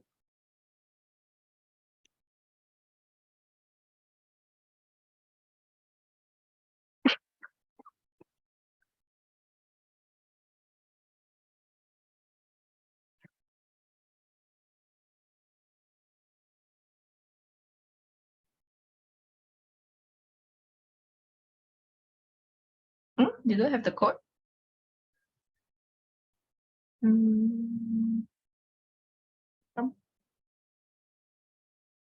You click on share. You click on invite a teacher. You don't have code?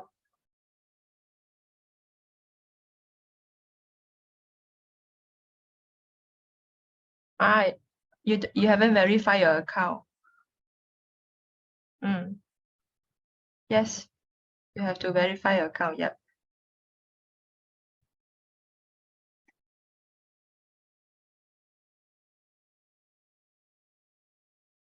I forgot to inform you. Yes, you have to verify your account. Yes, so you go to your email and get your account verified.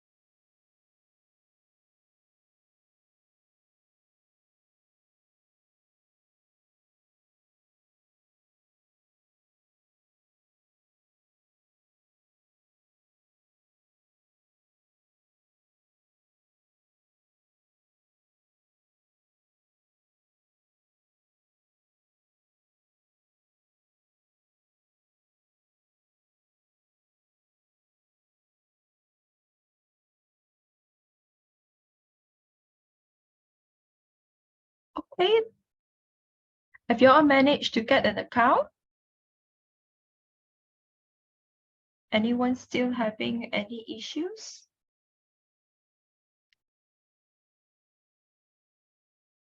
Okay. Everybody got an account? All right. Okay. So there are many of you already signed up. Okay, sharing your code already. Okay.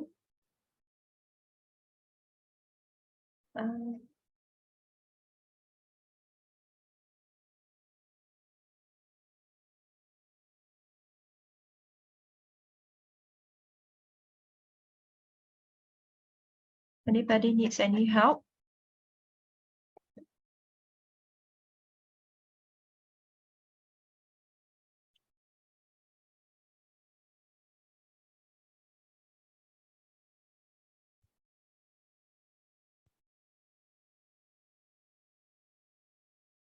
All right.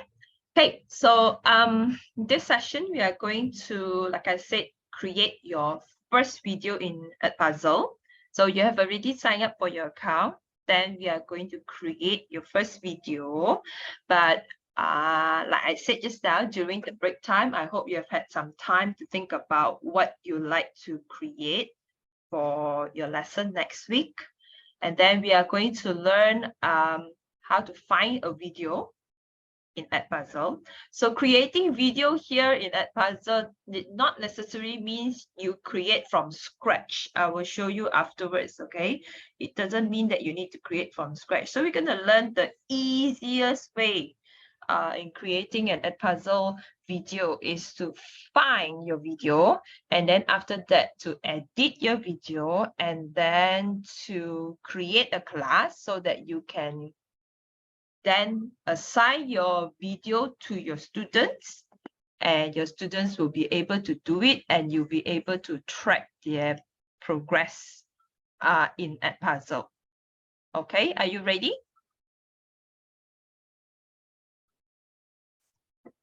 Okay, great. So I will share my screen. Okay,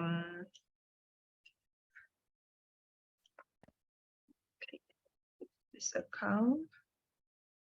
So how are you going to find your video? Let's close all these things here. Many things floating around. So in your account now, on the left, you should be able to see this discover, my content, my network, and then notifications, and then my classes. So these are the classes that I have created. So if you don't see this, then you have to click on that three little bars here, yeah? So discover is where you find the videos that you want to use for your class, okay? If you already have a YouTube video that you like to use, you can simply place the link here, okay? If not, you're not sure, then you can just Google, search here. Okay, example, yeah, I type artificial intelligence. Now everybody is talking about artificial intelligence, right? So I want to talk about artificial intelligence with my students. So I type here and then I click search. Then here, everything will come out. All the videos about artificial intelligence that I can use. Okay, so community means these are the videos that are in Edpuzzle. As you can see here, these videos here have got questions or notes already embedded, which you can just take and use also if you think that they are useful, okay? Or you can go to my school. My school refers to videos that are created by your colleagues. So how do you know who are your colleagues? So if you go to my network here, if you click on it, you will see your colleagues here. Okay, so this one is all under KDU PG, yeah. So the other one that I said, I asked you all to sign up using UOW. So let me see. I should have increased my colleagues already compared to yesterday. Yesterday when I see there are only 6, now I got 17. So all these people are my colleagues under UOW Malaysia. Okay. So all here. So if you just now, like I said, search, and then you can find also what your other colleagues have created. So in a way, you can share videos with each other. If like Dr. Tang is teaching chemistry and he has created a good video that maybe Muna would like to use with her students also on chemistry, you can basically search for Dr. Tang's video and use it as well. Okay, all right. So that's the meaning of my network in the content. Go back here, yeah, in this my school content. So then you will also have YouTube. YouTube is basically the videos on YouTube. You can, okay, here now it's everything. If you just want videos on TED Talks, then you go to TED Talks. Videos on artificial intelligence, that is TED Talks. Okay, all here. And you can also check the length of the video. But like I said, you can always cut them easily if you want to cut them. So there are many types of videos. If you want to use them, all over here.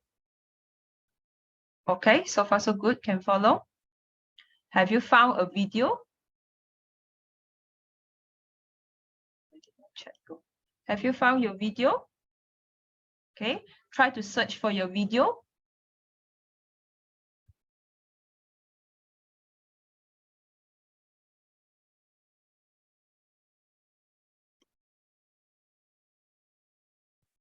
Have you found one? Okay. Yes, no? Can I move on?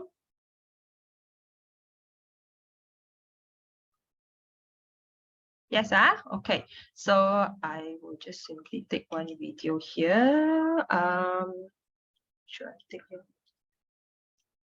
Let's see. Let's go to TED Talks. Okay. Imagine I choose this video, Phil Hansen, The Art of Imperfection. So if I want this, I click on it. And then I have it already here. Okay. So this is the video. And if you scroll down, you see 520 other video versions. So these people have also used the same video that I've chosen, and they have already inserted questions or notes. Which means to say it kind of like save your trouble from creating your own questions. Okay, so if let's say you are interested to see, okay, James Hart here has used this same video and he has created 5 questions. So I want to check out his video. Okay, so this is what he has done. And these are the questions that he has created. And I want to see whether his questions are suitable. So these are the questions that he has created. So this one here indicates the time the question will appear. So there is multiple choice and there are also open-ended questions. Okay, so you can actually click play. 14 years ago, I was in art school, and this is the straightest line I can draw. And then you can check the questions that my hands appear. shake and shake and. So this is the question that he's asking. What do you think the doctor meant by embrace the shake? So if you watch the entire video and check the questions and you think that, well, I think this is good. This is good enough for me. I'm happy. So you can just copy. if you click copy here,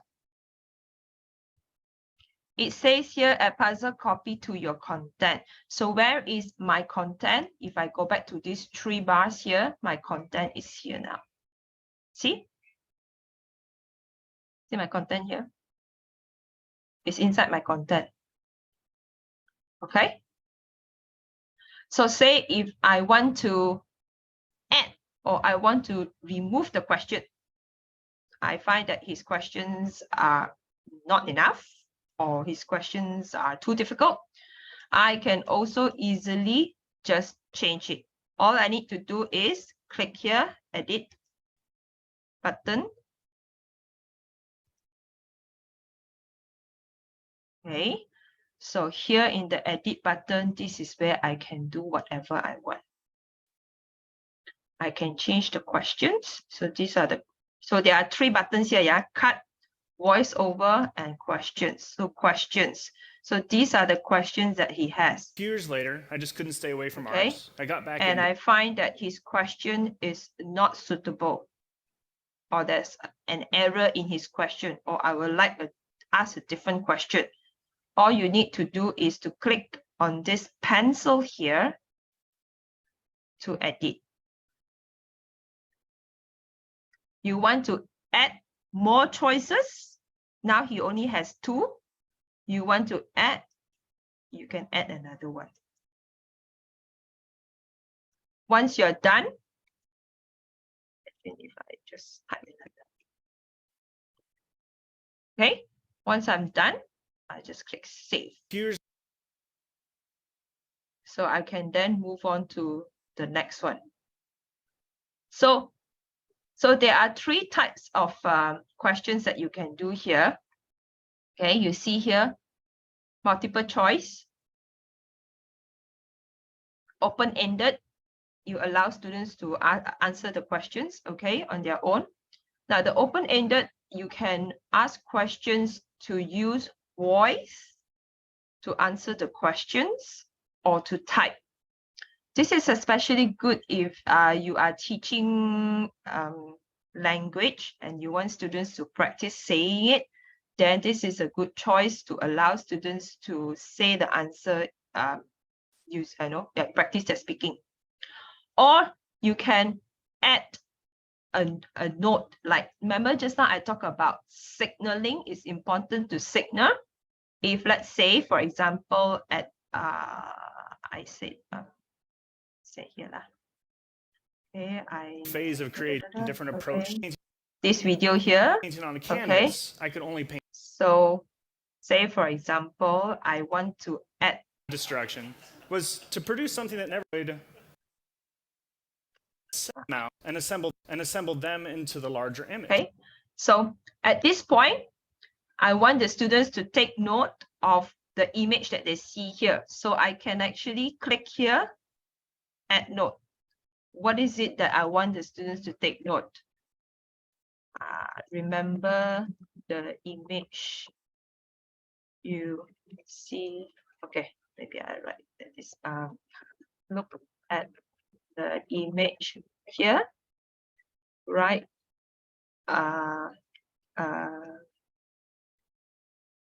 Write a sentence to describe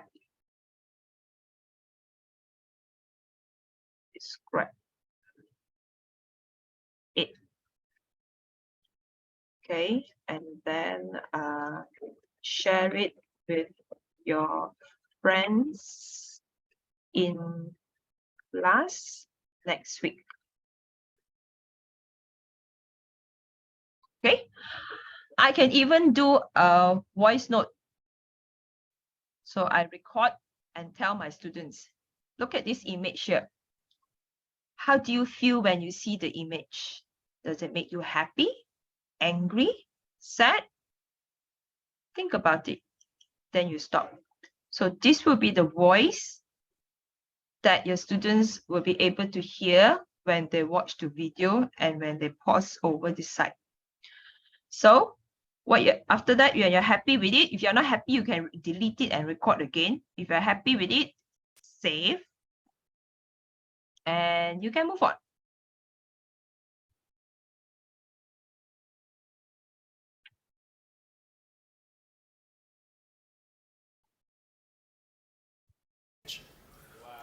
So, okay. So you can just continue on and on and on and on until you have finished everything. And then again, once you're done, click finish and your video will be ready. So just now I added something here and there, right? where art didn't.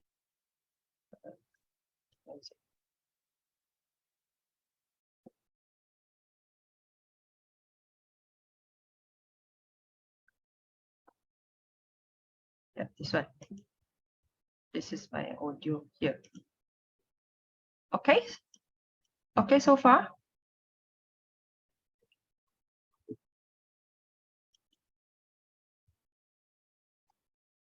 Okay, yeah. Right. I will give you time to practice afterwards. Okay. So that is about adding questions, multiple choice, open-ended, and also putting in the notes. Okay, like I said, open-ended, you can even get your students to give verbal answers. Yeah, and then there is this voice-over function. However, if you're using YouTube videos, you cannot do voice-over. Unless if you are creating your own video, then you can use the voice-over. Okay, but the other one that is more important for you to know is the cut function. Remember just now we said some videos we find too long, 4 minutes, and only out of that 4 minutes, only that 30 seconds that you want, 30 seconds that is useful. Okay, the rest of it you want to cut it out. That is on reading, right? So you can easily just edit your video here. You can edit the front, edit the center, edit the end. I mean, you can cut the front, cut the center, and cut the end. Very simply, just cut whatever you cut, like this. Ago, I was in art school, and this would still shake, and I'd hold the pen tighter still, and this eventually caused so much. Okay, so here I want to cut. Okay, see the add cut button here. Okay, so here I want to cut until here, all this here. Okay, so because I have already added questions and also they are warning me that when I cut, my questions and all will also be removed. Okay, so if I want to cut, I can just cut. Okay, then play. It felt okay, great, continue. even if it wasn't the art I was passionate about. But once I embraced let's paint on my say chest. until here, all this I don't want. Add cut again. Okay, cut until where? Cut until, let's say here. Okay.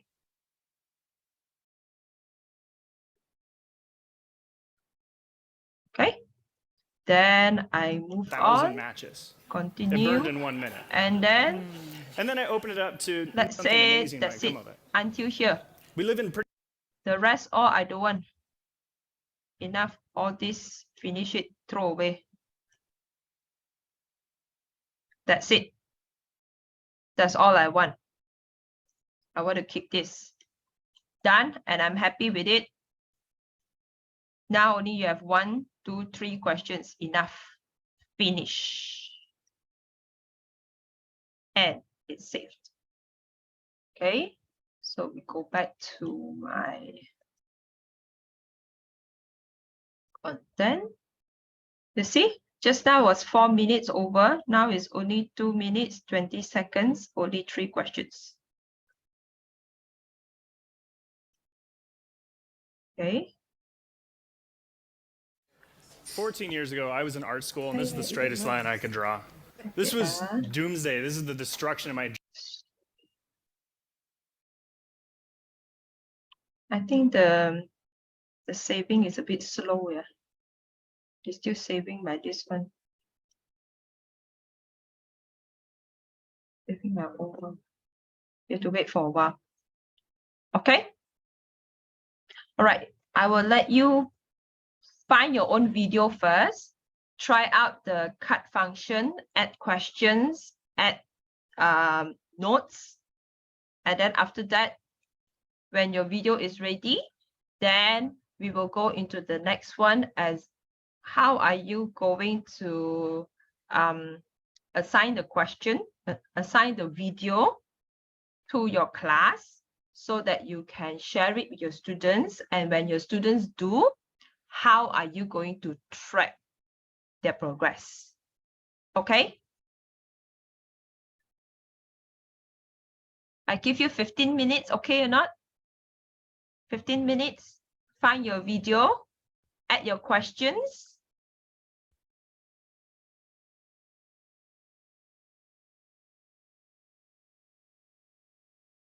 Okay? Any questions so far?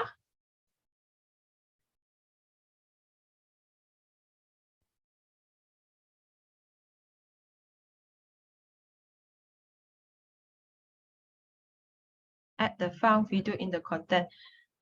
Yeah, I show you again. Okay, so discover here. Okay, let's say I want this video. Okay, you click copy. Copy. Then it tells you that it's in your content here already. So you go back here, my content. That is here. Okay. Okay. So I give you 15 minutes to try it out. Find your video, edit your video. All right. Okay, you can start now. I'll be here if you need to ask me any questions. Okay.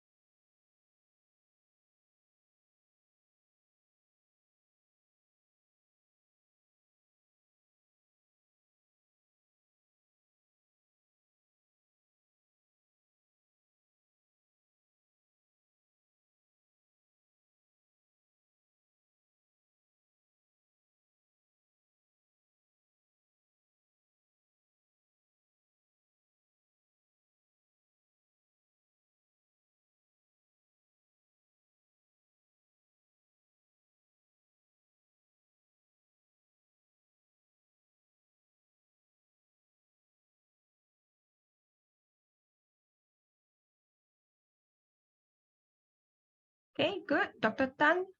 Dr. Tan is done already. Okay, the rest of you, have you found your video and edited? Happy with it and all? Can we continue?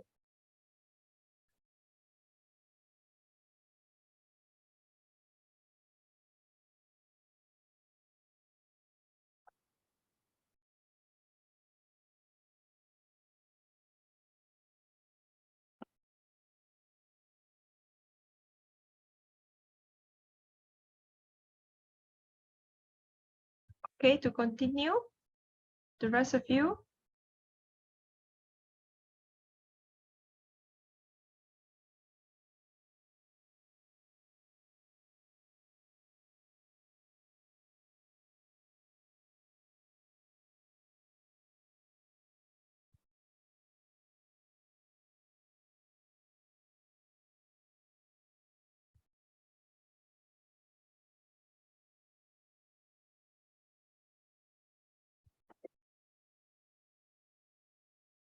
Yeah, yeah, okay.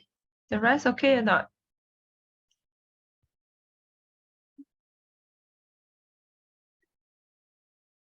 Can move on? Can, okay. All right, so now that you have your video already, you want to share it with your students, yeah? And you also want to track your students' progress. So just now, I shared my Edpuzzle video with you, right? So when I did that just now, I do not know what are your answers, okay? Because just now that video, when I shared with you, I did not assign it to a class and it was as a preview. So it's just for you to try out only. So I cannot see your answers. I cannot track your answers at all. Okay, Agnes, there is a question. Is the video created in public view? You can keep it as public or private. Okay, there is a button. Let me try this one. Can you see this one? Do you see this button here? So you can keep it as private if you want. So it's only you can see. It's public, then everybody can find, like how I see all these are public. Okay. So this is my video just now. Remember, from 4 minutes plus, I cut down to 2 minutes. So now I need to assign it to my students. So just now, when I share it with you to try out, is this button that I press, share preview. So you see, share this video with other teachers. So I did this share preview and I copy this link. Yeah, okay. So now I want to give to my students, I need to assign. You see this button, assign? You need to assign to a class. So once you click assign button, you will come to this page here. So these are the classes that I have created. So if I have created this class, and I want to assign to this class, Intensive English, August 2017. See, this is how long ago I used. So I will just click this and I click assign. If you do not have a class yet, or this is not the class that you want, you click add new class. So you create new class here. Okay. Type in the name, the description, the grade level, subject, and the class type. Then you click create. Okay, so the classic one is the one where your students need to log in and sign up. This is so that you can track your students' progress. If you don't, then you won't be able to track. Okay, so here you see, if it's open, you just want students to give you a quick response. So your students just join using class code, like you know Kahoot, you join using the code, yeah. Then you don't track the students' progress from the beginning until the end of the semester. It's just as and when. You won't be able to track all the time. Okay, so typically this is the one that we use. Now these are the functions here. When I click add class, yeah, connect your LMS to class. All these are actually quite new. Last time they have Google Classroom, they have Moodle, Blackboard, I think they have also. But recently they have added many more. I have never tried before. Okay, so you can try if you want to. If you use Microsoft Teams with your students, you can try to. All right, but I have never tried this before. So it says here that the account needs to be connected to my Microsoft, but I have not linked my account. Okay, but another method that I have used to assign this to my students is where I copy the HTML and I embed it in Open Learning. I can show you afterwards. Okay, so anyway, create a new class. Yeah, follow the instructions here, then click create class. Once you have it, then it will appear here. Then choose the class, and then they will ask you assign all or assign manually. Assign manually means you assign to selected students only. The names will appear. The names of the students will appear. Assign means all, means like if you have 32 students in the class, 32 students will get the video to do. If you assign manually means out of 32, you only want 5 students to do, then only that 5 students get. Okay, you select the names there. After that, start date, when you want the video to start appearing. Okay, all these are quite self-explainable. You just put in the date. Then due date, if you want to define a due date, you can also define a due date. Okay, and then this attempts is also new. Last time there is no attempt, how many times. Okay, so you can also choose how many times you want the students to do it. Okay, 1, 2, 3, 4, 5, or unlimited. Now, prevent skipping. This is the one that I always turn on. Prevent skipping means, right, if your video got 3 questions, you prevent skipping means the student must answer question 1 before moving to the second part of the video and moving on to answer question 2. And then before they can answer, before they answer question 2, they cannot move on to the next part of the video. So this is something that I always turn on because I want to make sure that my students watch everything from the beginning until the end. So they must watch from the beginning. Then after that, pause. Then there is the question or the note that they have to read or whatever. Then only they can go to the next part of the video and the next part and the next part. So this is turn on. So this one is the caption where you can turn on or off the subtitles, yeah. Okay. So once you are done, okay already, you click assign.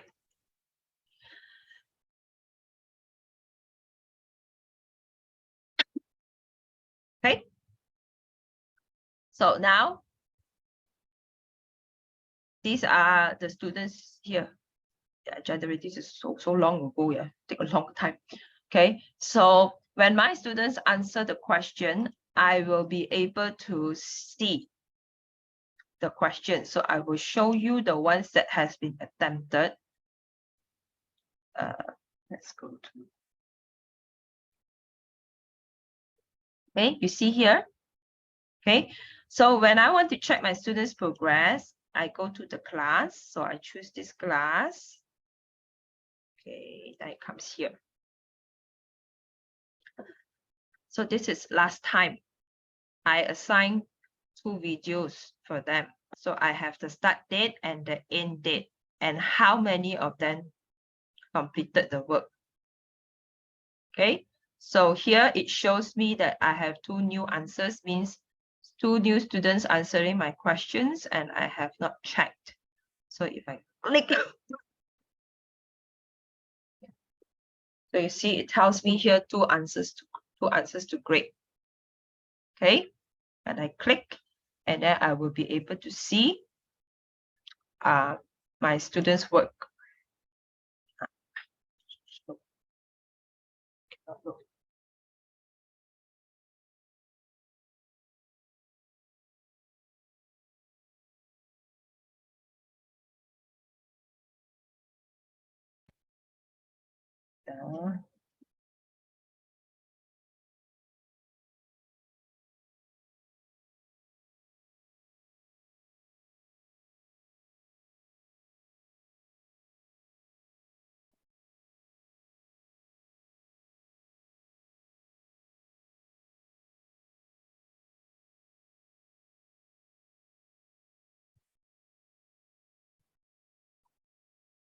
Into the meeting. Right here. Okay. Okay, so you can see here, this student watch 100%. Okay, 1 attempt. I told you last time is only 1 attempt, yeah. But my student here turned in late. I actually gave the end date, the due date, and the turn in date, so it will be marked late. And then all these students here never do my work, never watch, and never submitted their work. So these students here, these 3,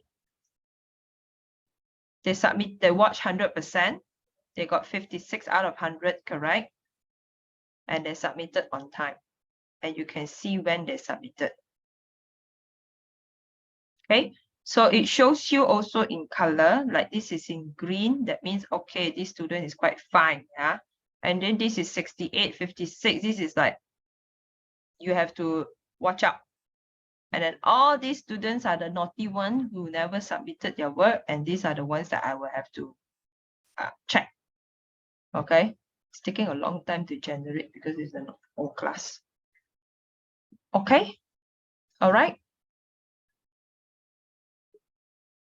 So once you have assigned it to the class, right, you can actually ask your students to sign up for the, what you call it, the Edpuzzle, and then you give them the class code to join.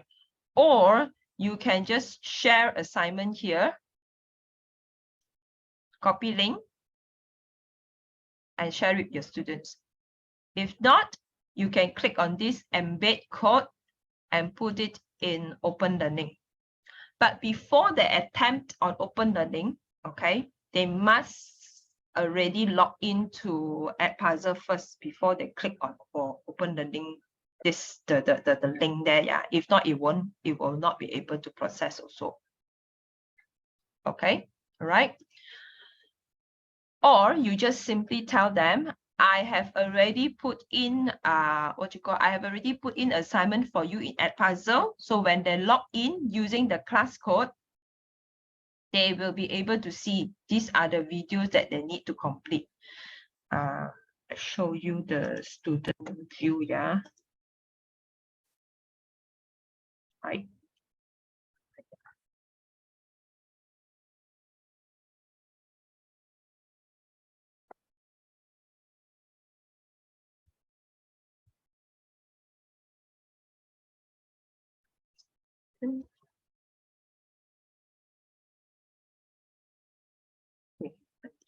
Show you again.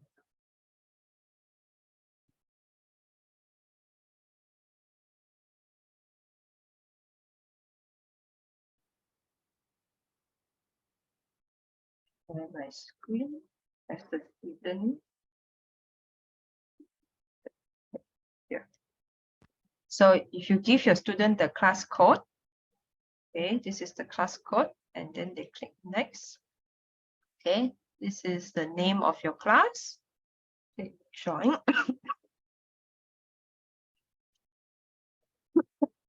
Then the students will be able to see all the videos that have been assigned to them.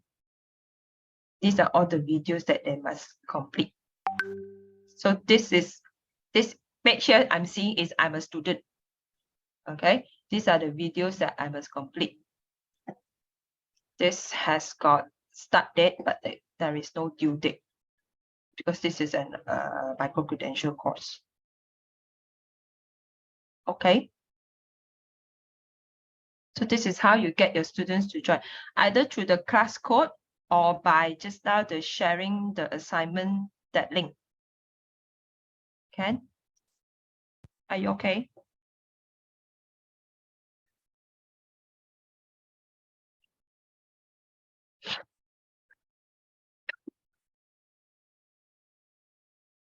Any questions so far?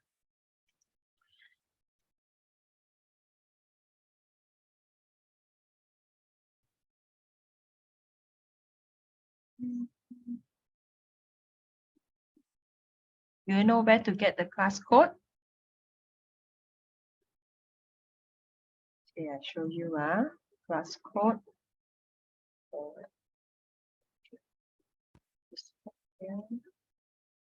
Okay, so you have this one, just now I showed you the intensive English one. Class members, okay. Here. This one. This is the class code. Okay. So if you don't want students to join your classes anymore, you can also lock it. Or if you want to invite students to just join directly, you can just click on invite and just copy link or share via email. Easy, right?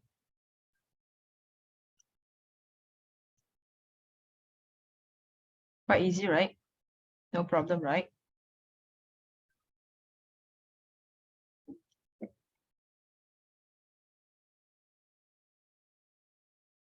Quite straightforward, right? Yeah, it's quite user-friendly, quite intuitive. So you can just play around with it and you will know kind of like what to do. Okay, so once you're in the class, you have the assignments, you have the class members, which you should see here. Like I told you, this class has been like since 2017, so it's not working properly anymore. And then there is the gradebook here. Okay, all right, which I showed you just now also, where I click on this one and you see the student's name should appear, but it's not appearing anymore. I think because it's too long ago already. Okay. Now, one of the latest features of Edpuzzle, which I myself have not tried, okay, it's really new, is this live mode. Yeah. So all along all this time, I have been using Edpuzzle as a pre-class work for my flipped class. You know flipped classroom, right? If you are not sure about flipped classroom method, you should attend the training. I think it's next month, right? If I'm not wrong, somewhere before Raya, I think, if I'm not wrong.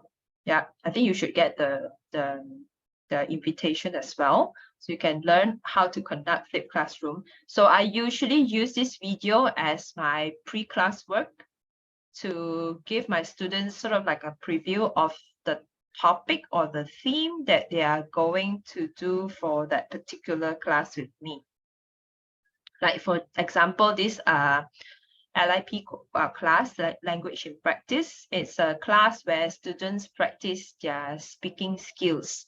So every class, they will meet me to do activities, whether it's role play, discussions, presentation, or games or whatever, based on a theme. So that for that particular theme of that week, it was about eating habits. So I gave them this video about eating out or eating in, you know, what to talk about their eating habits. Okay, so they did it at home before they come to class. But right now, there is also this live mode, which is like Kahoot, where you can actually share the video and get the students to key in the code and then play the video, they watch it, and they answer at the same time, and you can view their responses. Similarly like Kahoot. So you can try this with your students, yeah? Okay, so you need to click on live mode, okay? They give you instructions here already. And then when you're ready, you click. See here, it's the same as Kahoot. You need to wait for everyone to be ready. Then you can play. Sounds cool?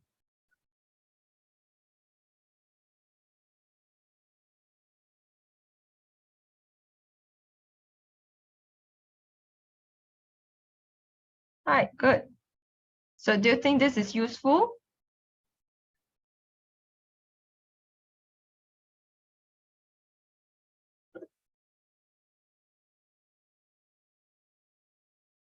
Okay. So have you created your own video? Are you able to create your class?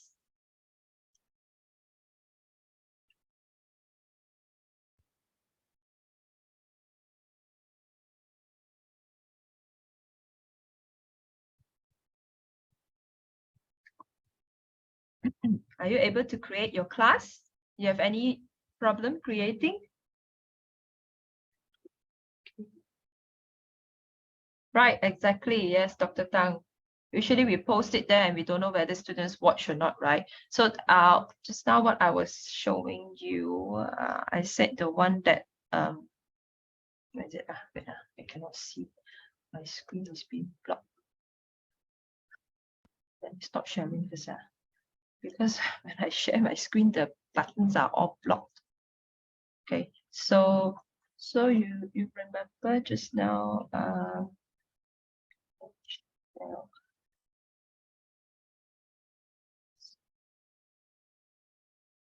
so I said, right, just now, if you want to embed your puzzle video here in open learning, this is an open learning class. Okay, the one English for nursing. So I embedded my video here because now I am logged in. I'm logged in using my teacher account, yeah. So I don't have access to this video. So remember I said you need to ask the students to log into Edpuzzle first. Then after that, when they go into open learning, then they will be able to see the video here. But because I am logged in here as my teacher account, so that's why it says I don't have access to this video. Okay, so if you want to embed, right, it's very easy. I show you here. You click edit, and then you have your widget. Okay, so you choose, I think it's under integration. Yeah, it's under integration. This one here, core, quiz, beta, integration. Click integration. You see embed tools, this one.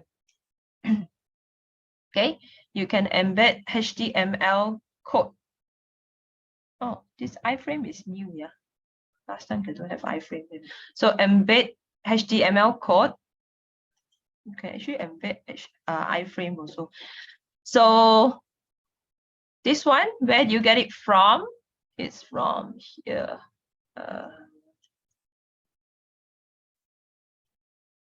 Yeah.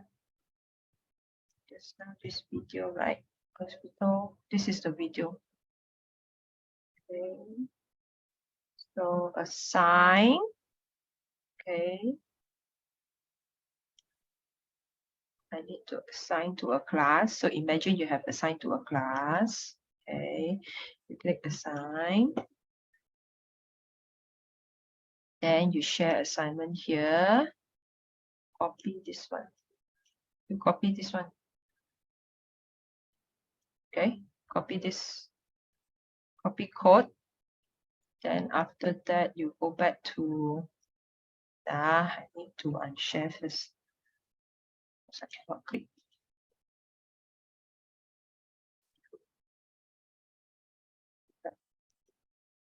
You open the link and then you paste here. Okay, you paste here. So typically, what I have experimented is this is the width and height that works the best, so that the video is not too narrow or not too wide or not too small, you know, that the students cannot see. So this is the width and height. If you want to take down, you can take down. And then once you have done that, click save. And then you'll be able to see your video here. The video will appear here.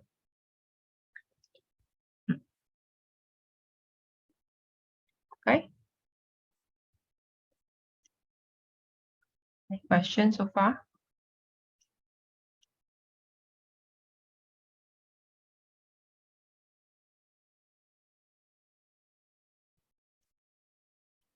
Any questions?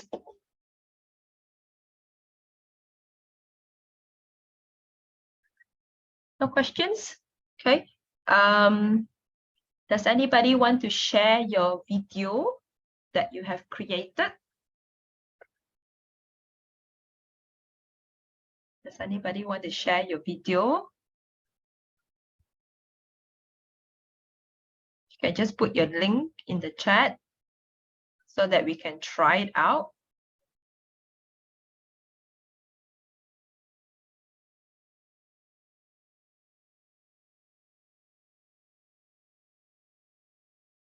Okay, okay, Dr. Tang has shared. All right, great. So let's have a look. Thank you, Dr. Tang. The rest of you can just share, yeah, so that we can try it out. Oh, I don't have access. It's not you Let me check the setting. maybe Let me you check the setting. share the preview. Okay, hold on. This one, share the preview button. Because if you share as assignment, right, I need to get into your class. Yeah, I don't want to meddle with your class. So what you do is you click on your. Okay, can. Okay, hold on.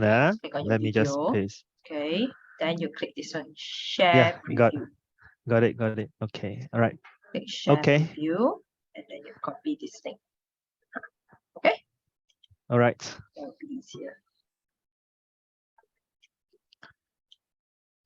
Okay. Ionic equations. All right. Cool. So you can watch the video.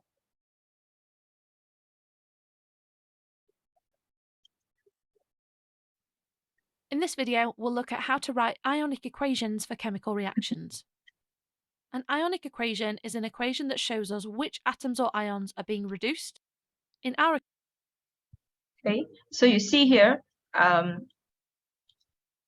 he has put two questions, okay, open-ended.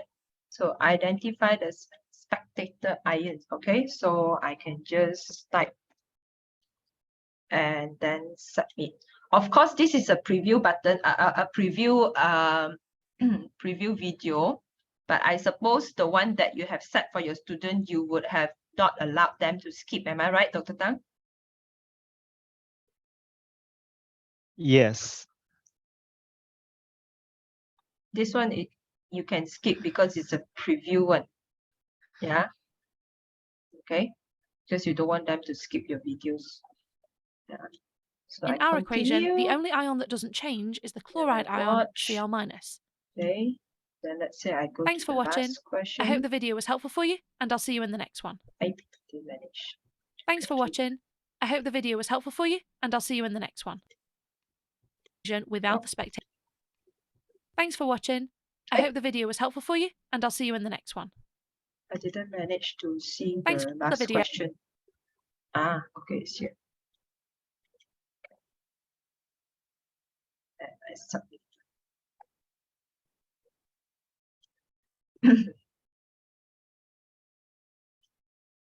Connection is rather slow, yeah. So you see, if the students come to the question and he or she cannot answer the question, the student can actually choose to rewatch that section or the segment. so that he can find the answer for the question. So by just clicking rewatch and we'll go back to that section. Okay, all right. How to share preview. Okay, here, share preview over here. This one, you click onto your video first from your content. From your content here, okay. Click on your video. This one, share preview. Click and then copy link. Can?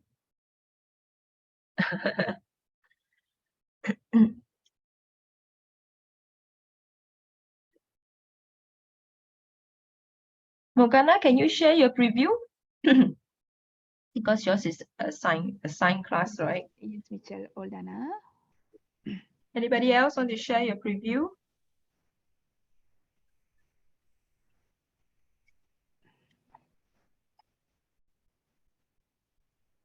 Okay. Thank you, Morgana.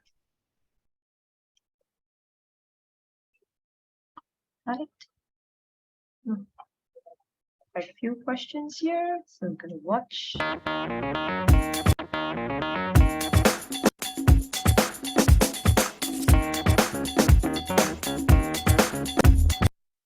Okay, nice one. You choose the animation type, yeah. So we have a question.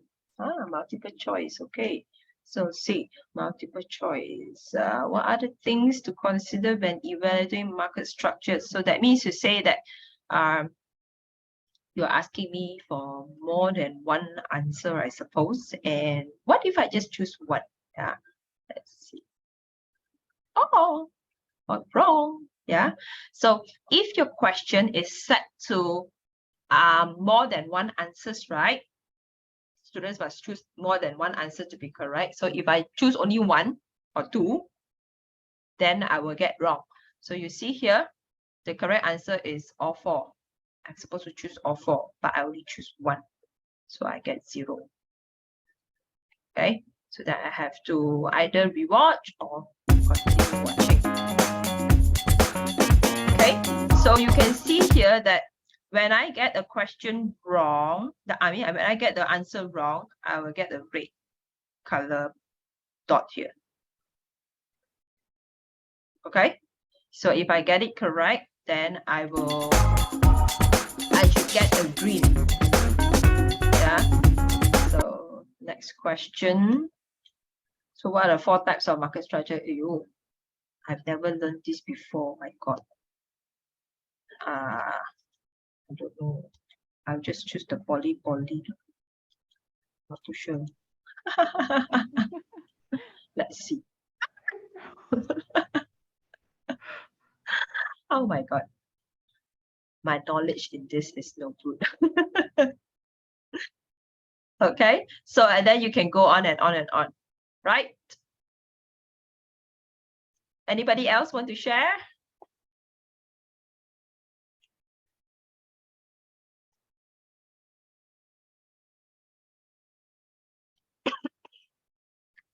No. Nobody. If no, then I will move on to the last thing. One last thing, okay? One last feature that I think it will be useful for you. Just let me stop sharing this.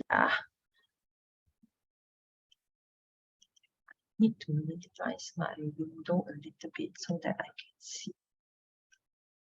You know, when you are sharing, right, then the tab at the on top there, I cannot seem to see everything. Okay. All right. So let's say if we are looking at remember just now we talked about the 3 different types of videos, right? The 3 different types of videos, and then I said that we have the screencast with I think a lot of you are using screencasting, right? Like Dr. Tang, you said just now when you teach calculation, you write on the online whiteboard, you know, teach them how to do the calculation and all. So that is like considered screencasting as well. So let's say if you want to do a screencasting, that means you want to record. Usually we use screencast and screencast or Camtasia or whatever kind of other things that you use to record and then upload. But for Edpuzzle, you can actually straight away do it inside Edpuzzle already. That means do the screen recording and then edit the video, edit as in like cut or put your questions in and whatever, all inside Edpuzzle. So this is also one of the latest features developed by Edpuzzle. On my screen here, can you see Edpuzzle here embedded into my Chrome already?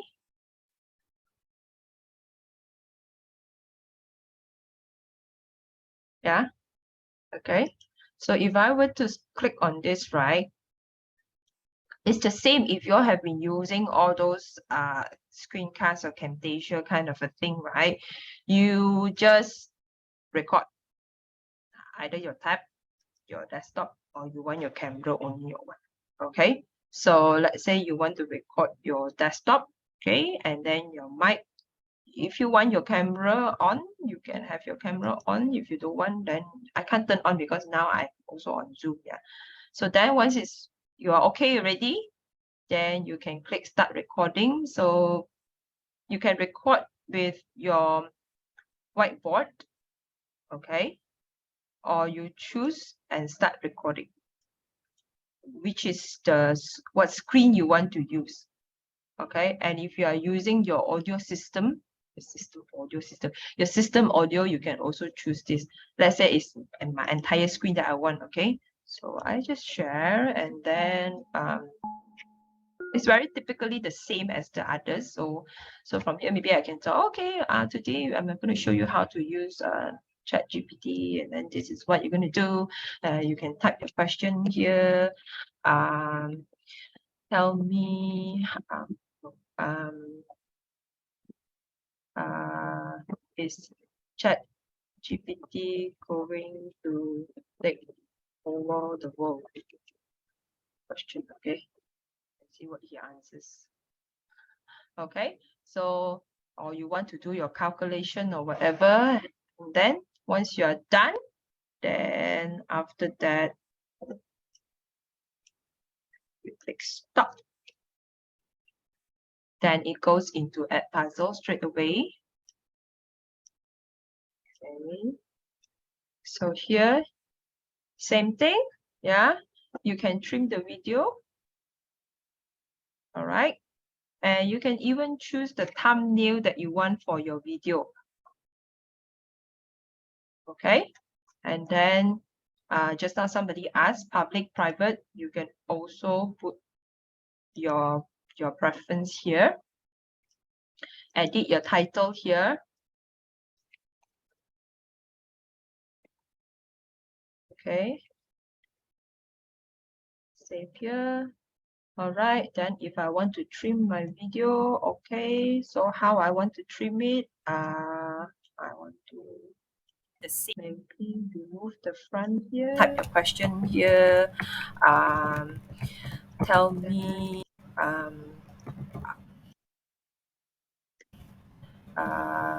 is add cut here. Okay, and probably that's it. Okay, so my total new time is only 23 seconds. I'm happy with this and I save.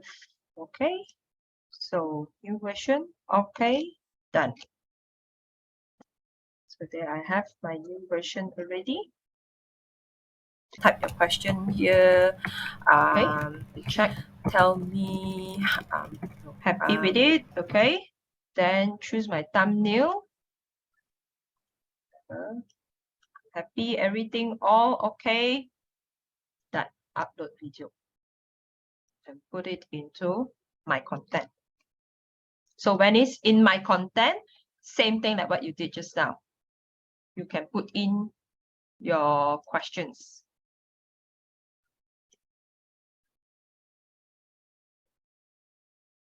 Okay, like this here. So once you're done everything, you can click finish. So you see now, just now earlier I showed you was the YouTube video, right? You cannot do the voiceover.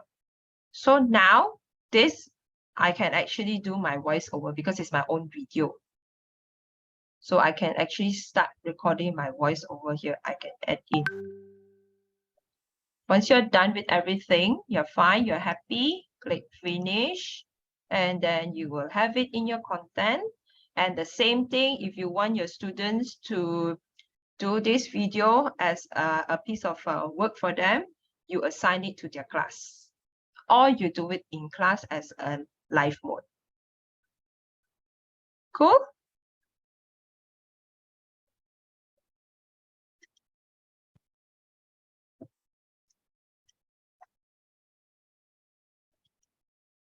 Is this helpful?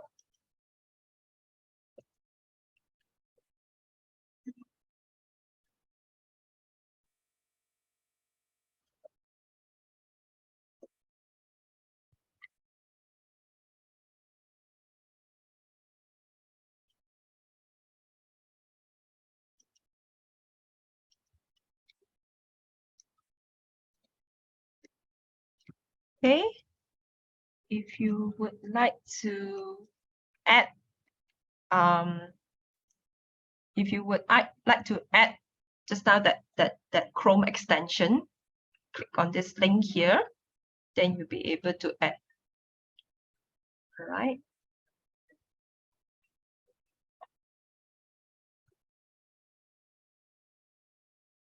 Okay, once you have added, then it will appear on your screen like this. I show you one more time. Yeah.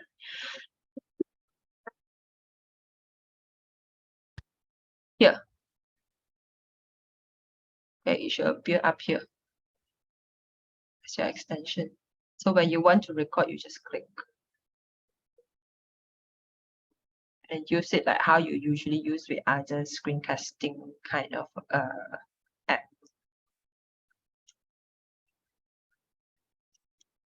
Yes, Dr. Tang. The one that is the hospital roles, right? Yeah, that was created using Tundi. There is another one. This is a super duper old video. It has a combination of Hi, what you I'm call Michelle. Welcome to me today's presenting lesson. and Today, also using PART2. So it's using PART2. If you're interested in animation, you can also try Animaker. I've not tried that before, but I've read reviews and see some tutorials. It's quite easy to use. And it's quite nice. I think all these animation apps, right? It has developed a lot, you know, compared to this. This was created in 2016 or 17, where so it's how to say the new ones now are much easier to use and more lifelike compared to the previous one. Yeah. And they are also free. Animaker, I know Animaker is free, but I'm not sure whether you will get the logo at the bottom or not. Like this one, this Baotun one, it has got the logo at the bottom. But Tundi does not have, because Tundi was a purchase app, so they don't have that logo at the bottom. Any other questions?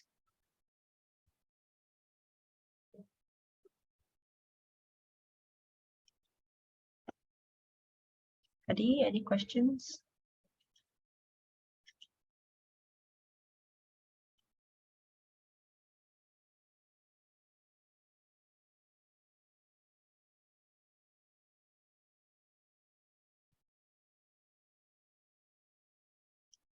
No questions for me?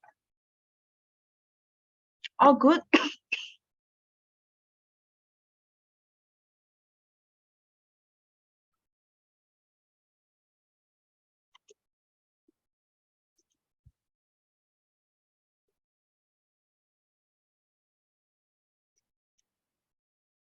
Okay, so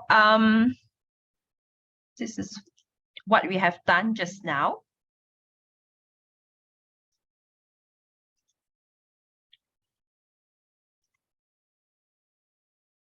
Okay, you have signed up for your account already. I hope all of you have managed to sign up. If not, if you need help, let me know. I think if you were to scroll up, you will still see some of the previous links that was shared with the code. Yeah. I will also invite you to share with your other colleagues who are not here for the session today to also try out Edpuzzle. You can share with them your join code so that they also learn how to use Edpuzzle for their classes. Yeah, I hope that you have managed to create your first video using Edpuzzle. I'm sure you will find time to explore the other methods that I've shown you, but of course the easiest is to just use the resources that is already available in Edpuzzle, or if not, search for the right video in YouTube and add in your questions and your notes. Okay, some of you did show me that you know how to create your class and assign your assignment to class. I hope the rest of you managed to do the same. Yeah. Okay. So today's session we set up with two learning outcomes. Can you remember them? The first one is actually to be able to describe the elements of an engaging video. Can you tell me what are the elements of engaging video?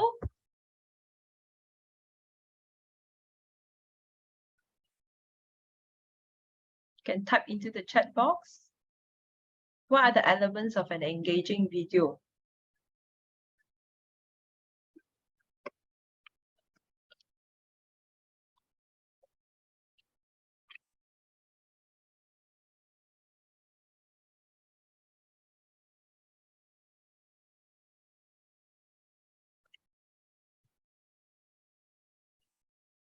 Right, Dr. Tang, very good student, yeah. Reading, signaling, segmenting, having subtitles or not is always a choice. Making sure that your students are involved, creating activities and having matching audio and video. Very good, Dr. Tang.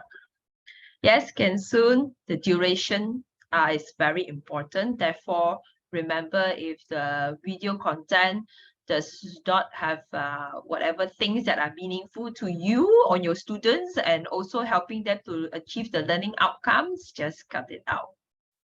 Yes, the content is very important, must be relevant to your topic, must make sure that it has matching visual and verbal. Right, good. So the second learning outcome is actually to produce engaging instructional videos using Edpuzzle. And I hope that you have managed to create at least one. Maybe some of you are too shy to share with me. Thank you to those who have shared. I hope you will continue to create more videos in time to come and share the joy with your students as well as your other colleagues who have not learned about Edpuzzle. So any questions from anyone? Last call for questions.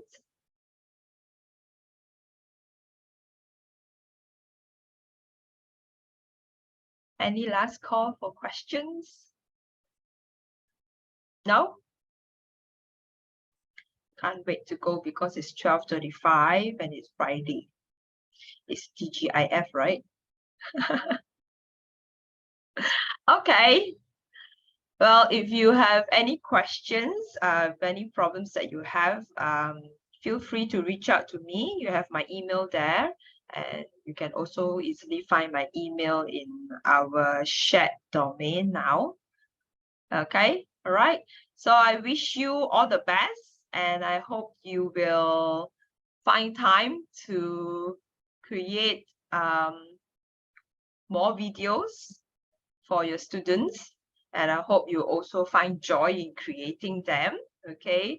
I hope I've also managed to make you feel that it's actually not so daunting and not so time consuming to create videos. I won't say that you don't need to use time. You still need to use some time to create, to get the right videos. But at least I hope I have saved you more than half the time needed to create engaging videos for your students. Okay, so thank you very much for participating and for coming to this session today. I wish you all the best, and I'll see you around. Take care. Bye. Thank you.